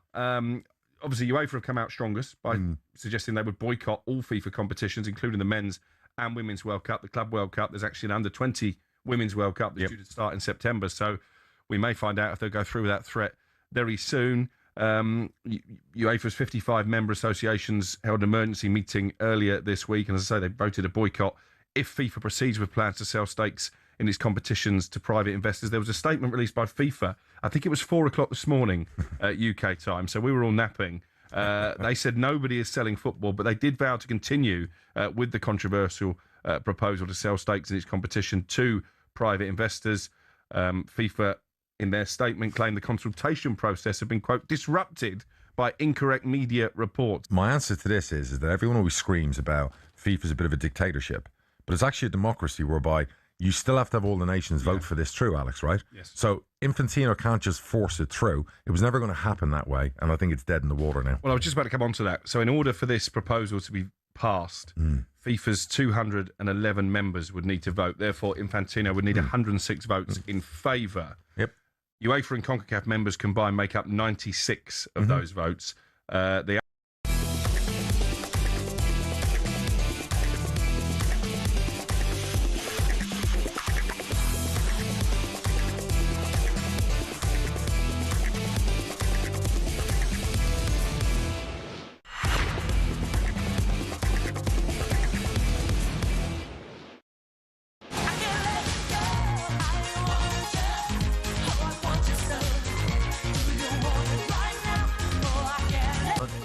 Call it. Armand Van Helden, I Want Your Soul, from around, I think, 2007, 2008. Samples of vocal from about like 1985. But this record now, due to social media, etc., you play this now at any club venue, it's like a national anthem. Really? This is the song. This summer. is the song. So 2026 summer, this is what it's in the top 10 of songs played in DJ sets. Okay, cool. Big shout out to Armand Van Helden, absolute legendary producer. So just run me through how they've re-released it then. Why has it become popular? Is it due to a show or something? This isn't the thing. They haven't re-released Stranger it. It's just Things out. No, it's social media. Every clip, TikTok. But usually social media is kicked off by some sort of, Love Island just show. Just clips of people playing it and people singing along and, every DJ playing it in their set. So, yeah, I Want Your Soul, Armand Van Helden, I'm choosing as my summer track because I play it every set. Remix version or this version? No, this version. This version. You can't beat this version. I remixed. So they still do 12-inch? Is that? Yeah, 12 inches is still out. Is that still? Vinyl sales are actually up. I know they are. See them in the shop. Right, let's go to Marcus, the Arsenal fan, because he's going to give us some music as well to drop into our mixtape. How are you, Marcus? Yes, Madge. How are you doing? Very well, my friend. You like that one from Armin? It's a big one, isn't it? From one DJ to another, that is an absolute belter. I can't believe how big it's got again. Hey? I can't believe how big it's got again. Yes. Well, it's never gone out, has it, really? Nah, correct. It's just absolutely massive. Now, come on. What have you got for our mixtape, Marcus? Come on, my selector. Right. This one is definitely going to make the cut, right? And I know Pards is going to love this one. Right, one from one of my Greek Cypriot brothers, Wham, Club Tropicana. Come on, Marcus. Now we're talking, mate. Well, that's a proper song. Well, listen, Pards has already mentioned the Budgie Smugglers. Now, let's talk about that music video, Marcus, because, of course, that was shot at the legendary Pikes in Ibiza. Oh, Pikes, was it? I like But Pikes. to be fair, Wham always did a great video. They did. With their tunes. You know, and the Wham rap. Wham rap. Wham, oh, what? Bad Boys? Yeah, Bad Boy. Andrew originally happens to be a little bit of a friend of mine. Oh, really? A few little Wow. socials. He's a lovely, lovely chap. Top man, he is. Yeah. And then the ultimate classic, Careless Whisper. Say what? Oh, yeah, it's a great tune. But listen, Club Tropicana's got to go in there. And as I said, it's got to be in there, surely. Pikes in Ibiza, which one of my favourite places. Madge, I swear we must have crossed paths many a times because I used to live in Eros. I literally lived just off the A10. Oh, really? A 2-minute drive. I was in there twice a week. Versace jeans, off-key Machino shirt. It was all happening. Ah, Marcus. It was all happening. I'm picturing you now, Marcus. I'll tell you what you used to do, Marcus. When you go No into Eros, socks. Eros, you go into Eros and you do the lap round. Gucci shoes, Gucci loafers. It was all happening. And you did the lap around the dance floor. It was Why like are you doing almost a lap? yeah, because it was so big. What are you going to do a lap for? To see who's in there. You got to clock who's in there. Is there an ex in there? Is there the rival bad boys that you don't want to see? You know? Oh, you got to find a little corner. You got to find a little segment that works for you. And check this as well. No X there. No like rival. There was a chicken shop in the corner as well. Chicken shop. Yeah, like a fast food shop. Unbelievable. Marcus, that's a great shout. Thank you very, very much for that. Club Tropicana, Wham, as I said, the video for that. It's definitely, that better make the top 10. Otherwise, I will be upset. So if you ever go to Pikes in Ibiza, that swimming pool in Pikes is where they shot the video. Well, I have been to Pikes, and I love Pikes. Exceptional club. It's brilliant. I do hope they give me some kind of membership situation there or VIP section. Is there a VIP There's no VIP at Pikes because everybody's treated the same, and that's why it's so wonderful. Okay. And I must say, they've got a great team at Pikes. I do love going there. Do you have a gig there?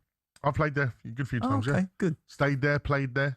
Stayed there, played there, done that, wrote the theme tune, sung the theme tune. And so this is our top 10 for our mixtape. Oh, we got it? Yeah, we got Boys of Summer by Don Henley. But that was my choice. Yeah. Summertime, Fresh Prince. Yeah, good. Here Comes Summer by the Undertones. Yeah. Isley Brothers, Summer Breeze, which you sung beautifully. Okay. Stunning. Ocean Colour Scene, The Day We Caught the Train. Not sure Bit of indie in there. Bit Big tune. Okay. Holiday by Madonna. Yeah. But are we going to go with that one or that Italian rap version? Do you remember the rap? Walking on Sunshine, Katrina and the Waves. Yeah. Living on a Prayer, Bon Jovi. A good song. Sun is Shining, Bob Marley. Sun is shining, the weather is sweet. Ah, okay. Makes you want to move. We had to have a Bob Marley. You got to have a Bob Marley song. To the rescue, here I am.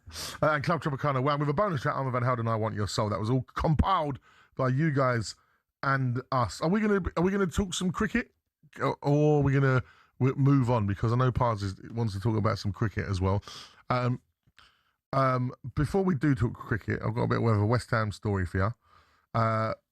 Because another one of your old clubs, Pards, West Ham, Vanessa Gold has confirmed she's agreed to sell her stake in the club to a consortium led by former Newcastle co-owner Amanda Staveley. Gold, who succeeded her father David as joint chair of the Hammers following his death in 2023, has a deal in place with a group headed by Staveley, her husband Merhad Godusi, I think is how you say it, and PCP Capital Partners for her family's 25.1% holding.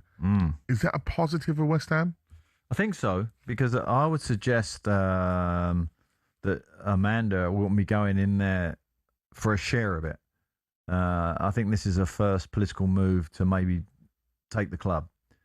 And therefore, she needs to take the other share system out of there, which would be either David Sullivan, maybe. Maybe he's try and bid for his. Because I think when I look at it, you have to wonder why she's gone in there. What is her motives? I can't believe she'd go in there without wanting to have control of it. So it looks like a first sort of, the shot across the bow, I would say that is. to the shareholders who currently are at West Ham, and interesting to see how that all unfolds. I mean, West Ham are going to have a very, very difficult season. I think it's going to be, although you'd have to have them as favourites, and Bowen staying is a real bonus, but they've lost 2 big players already. It'll be interesting to see the ins.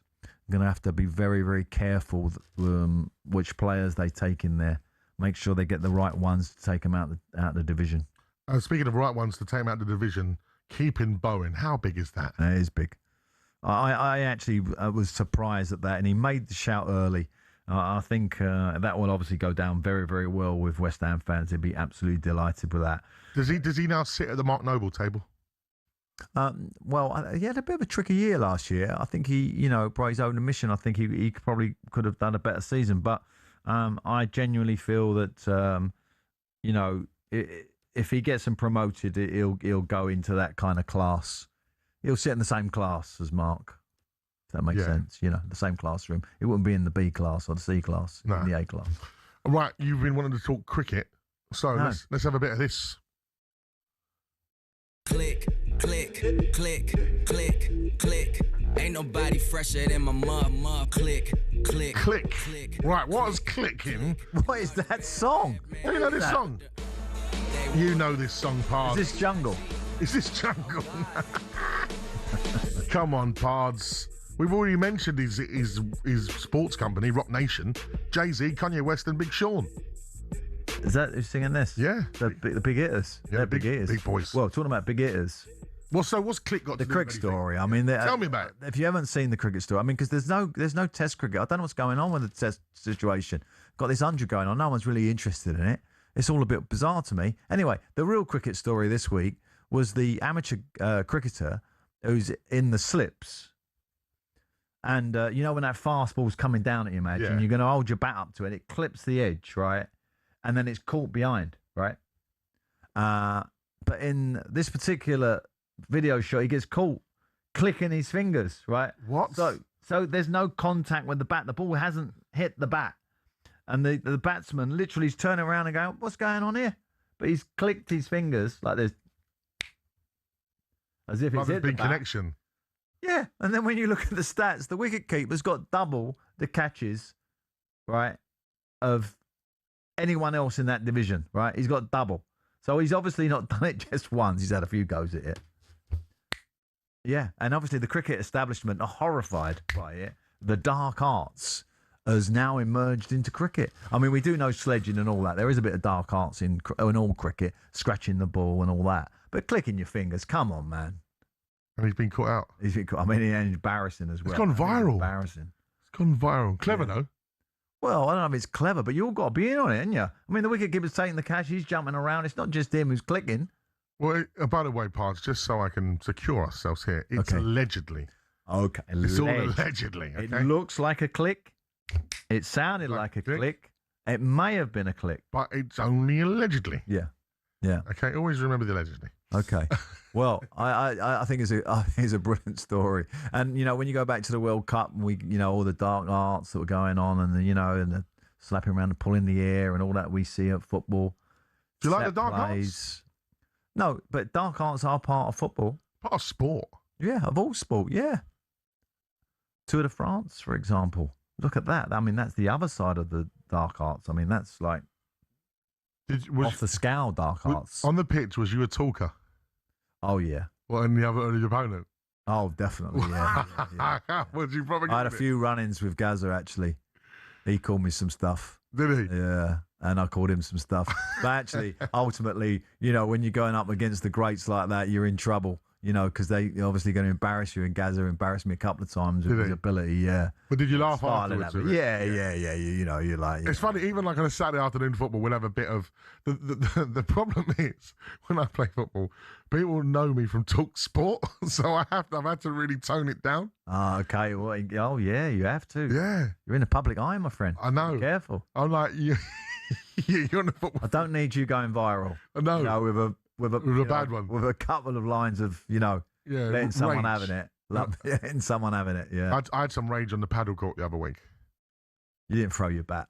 No, I didn't throw the bat, but I absolutely, a ball came over to me. Smashed the ball. Just smashed the ball into the car park. Have it. Do you know, Is it that? The have it moment. Do you know who it was against? My own dad. He was winding me up so much that he got in my head. Your dad can do that. Oh, trust me. Your dad knows your weak links. There's no doubt about that. He knows your soft spots. He absolutely does. Yeah. Speaking of paddle, if you do like a bit of paddle, I like a bit of paddle. There's, I think, like the World Championships on. In middle class England, right, where I live, all the ladies are playing it. Massive. Pickle and paddle. Yeah. Pickle mainly. You played the pickle? No, I've seen the pickle. I've not played the pickle yet. Yeah, it's all right. It's a good game. Yeah, I believe. Tell it, and I think the Tennis Federation are a little bit nervous about it. You know, taking the emphasis away from tennis. Oh yeah, yeah. But golf clubs, everyone's buying it. You know, if you've got a gym, if you've got room for one, you get one. Bang, it's full up. I tell you now, to book a paddle court now is so difficult. They are really hard to get. If you've got that little bit of extra land on the back of your garden, build a paddle court. Yeah. I'm playing. The way forward. Here you go. I'm international next week. Go on. I'm playing some paddle in Mallorca. Yeah. You know, I don't know why you come on this show and give it large. I mean, I'm not giving it large. Oh, you're giving it large. Like, some of the people out there are struggling. You know, they're putting their money together, just trying to get past where you're at. IB for Mallorca, larging it up. Don't hear me larging it up. I'm just a chap from Enfield. Okay. Chap from Enfield. That's me. That's me. Plain old cat. Luckily, to be honest, you know, I mean, you know that you are paid actually, aren't you, to go out to these places? But Mallorca, you're not. This is your holiday. This is my holiday. Family holiday. Family holiday. Which you only have what, 1, 2 a year? Yeah. Yeah. And I was only kidding. Listen, it's not that big. I'm lucky that my in-laws live there. Little Ryanair flight over. Lovely. Oh, nice. Yeah. Right. Thank you very much for everyone this evening and all your wonderful calls and messages. Click them. Call behind. Thanks. The Sports Breakfast Show returns tomorrow from 6 a.m. with Jeff Steddon alongside the former Aston Villa midfielder Andy Townsend. Of course. Oh, we like Andy. Yeah, of course. We want to say good player. I played against Andy a couple of times. Good luck to Big Al on Wednesday because we're not going to be on. Well, me and you ain't going to be on air. Mucho love to Mr. Brazil. Yeah, absolutely. But if you need music in your life, swipe across the Virgin Radio on the talkSPORT app. I'm going to be back on air tomorrow from 10 alongside Carlton Cole. Big Carlton. But coming up next is one of the best shows on the network. We love this show, don't we? The Trans-Europe Express rolls into town. All the international transfers and what's happening in Europe. If you need to know, exactly, they'll tell you. So from me, Imagine in Pards. It's a very good evening.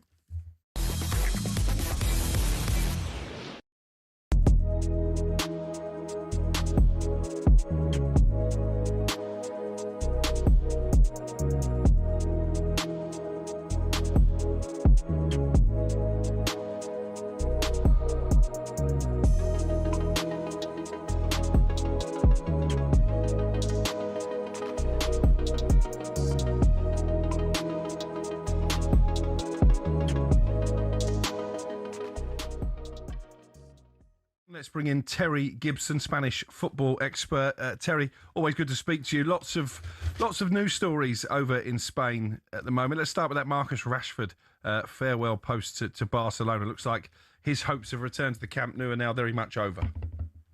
Yes, it does, and I think it was a blow to him when Anthony Gordon. It must have been kind of awkward when the England team met up for the World Cup when Anthony Gordon had already completed his move to Barcelona. Marcus Rashford's future was hanging in the air.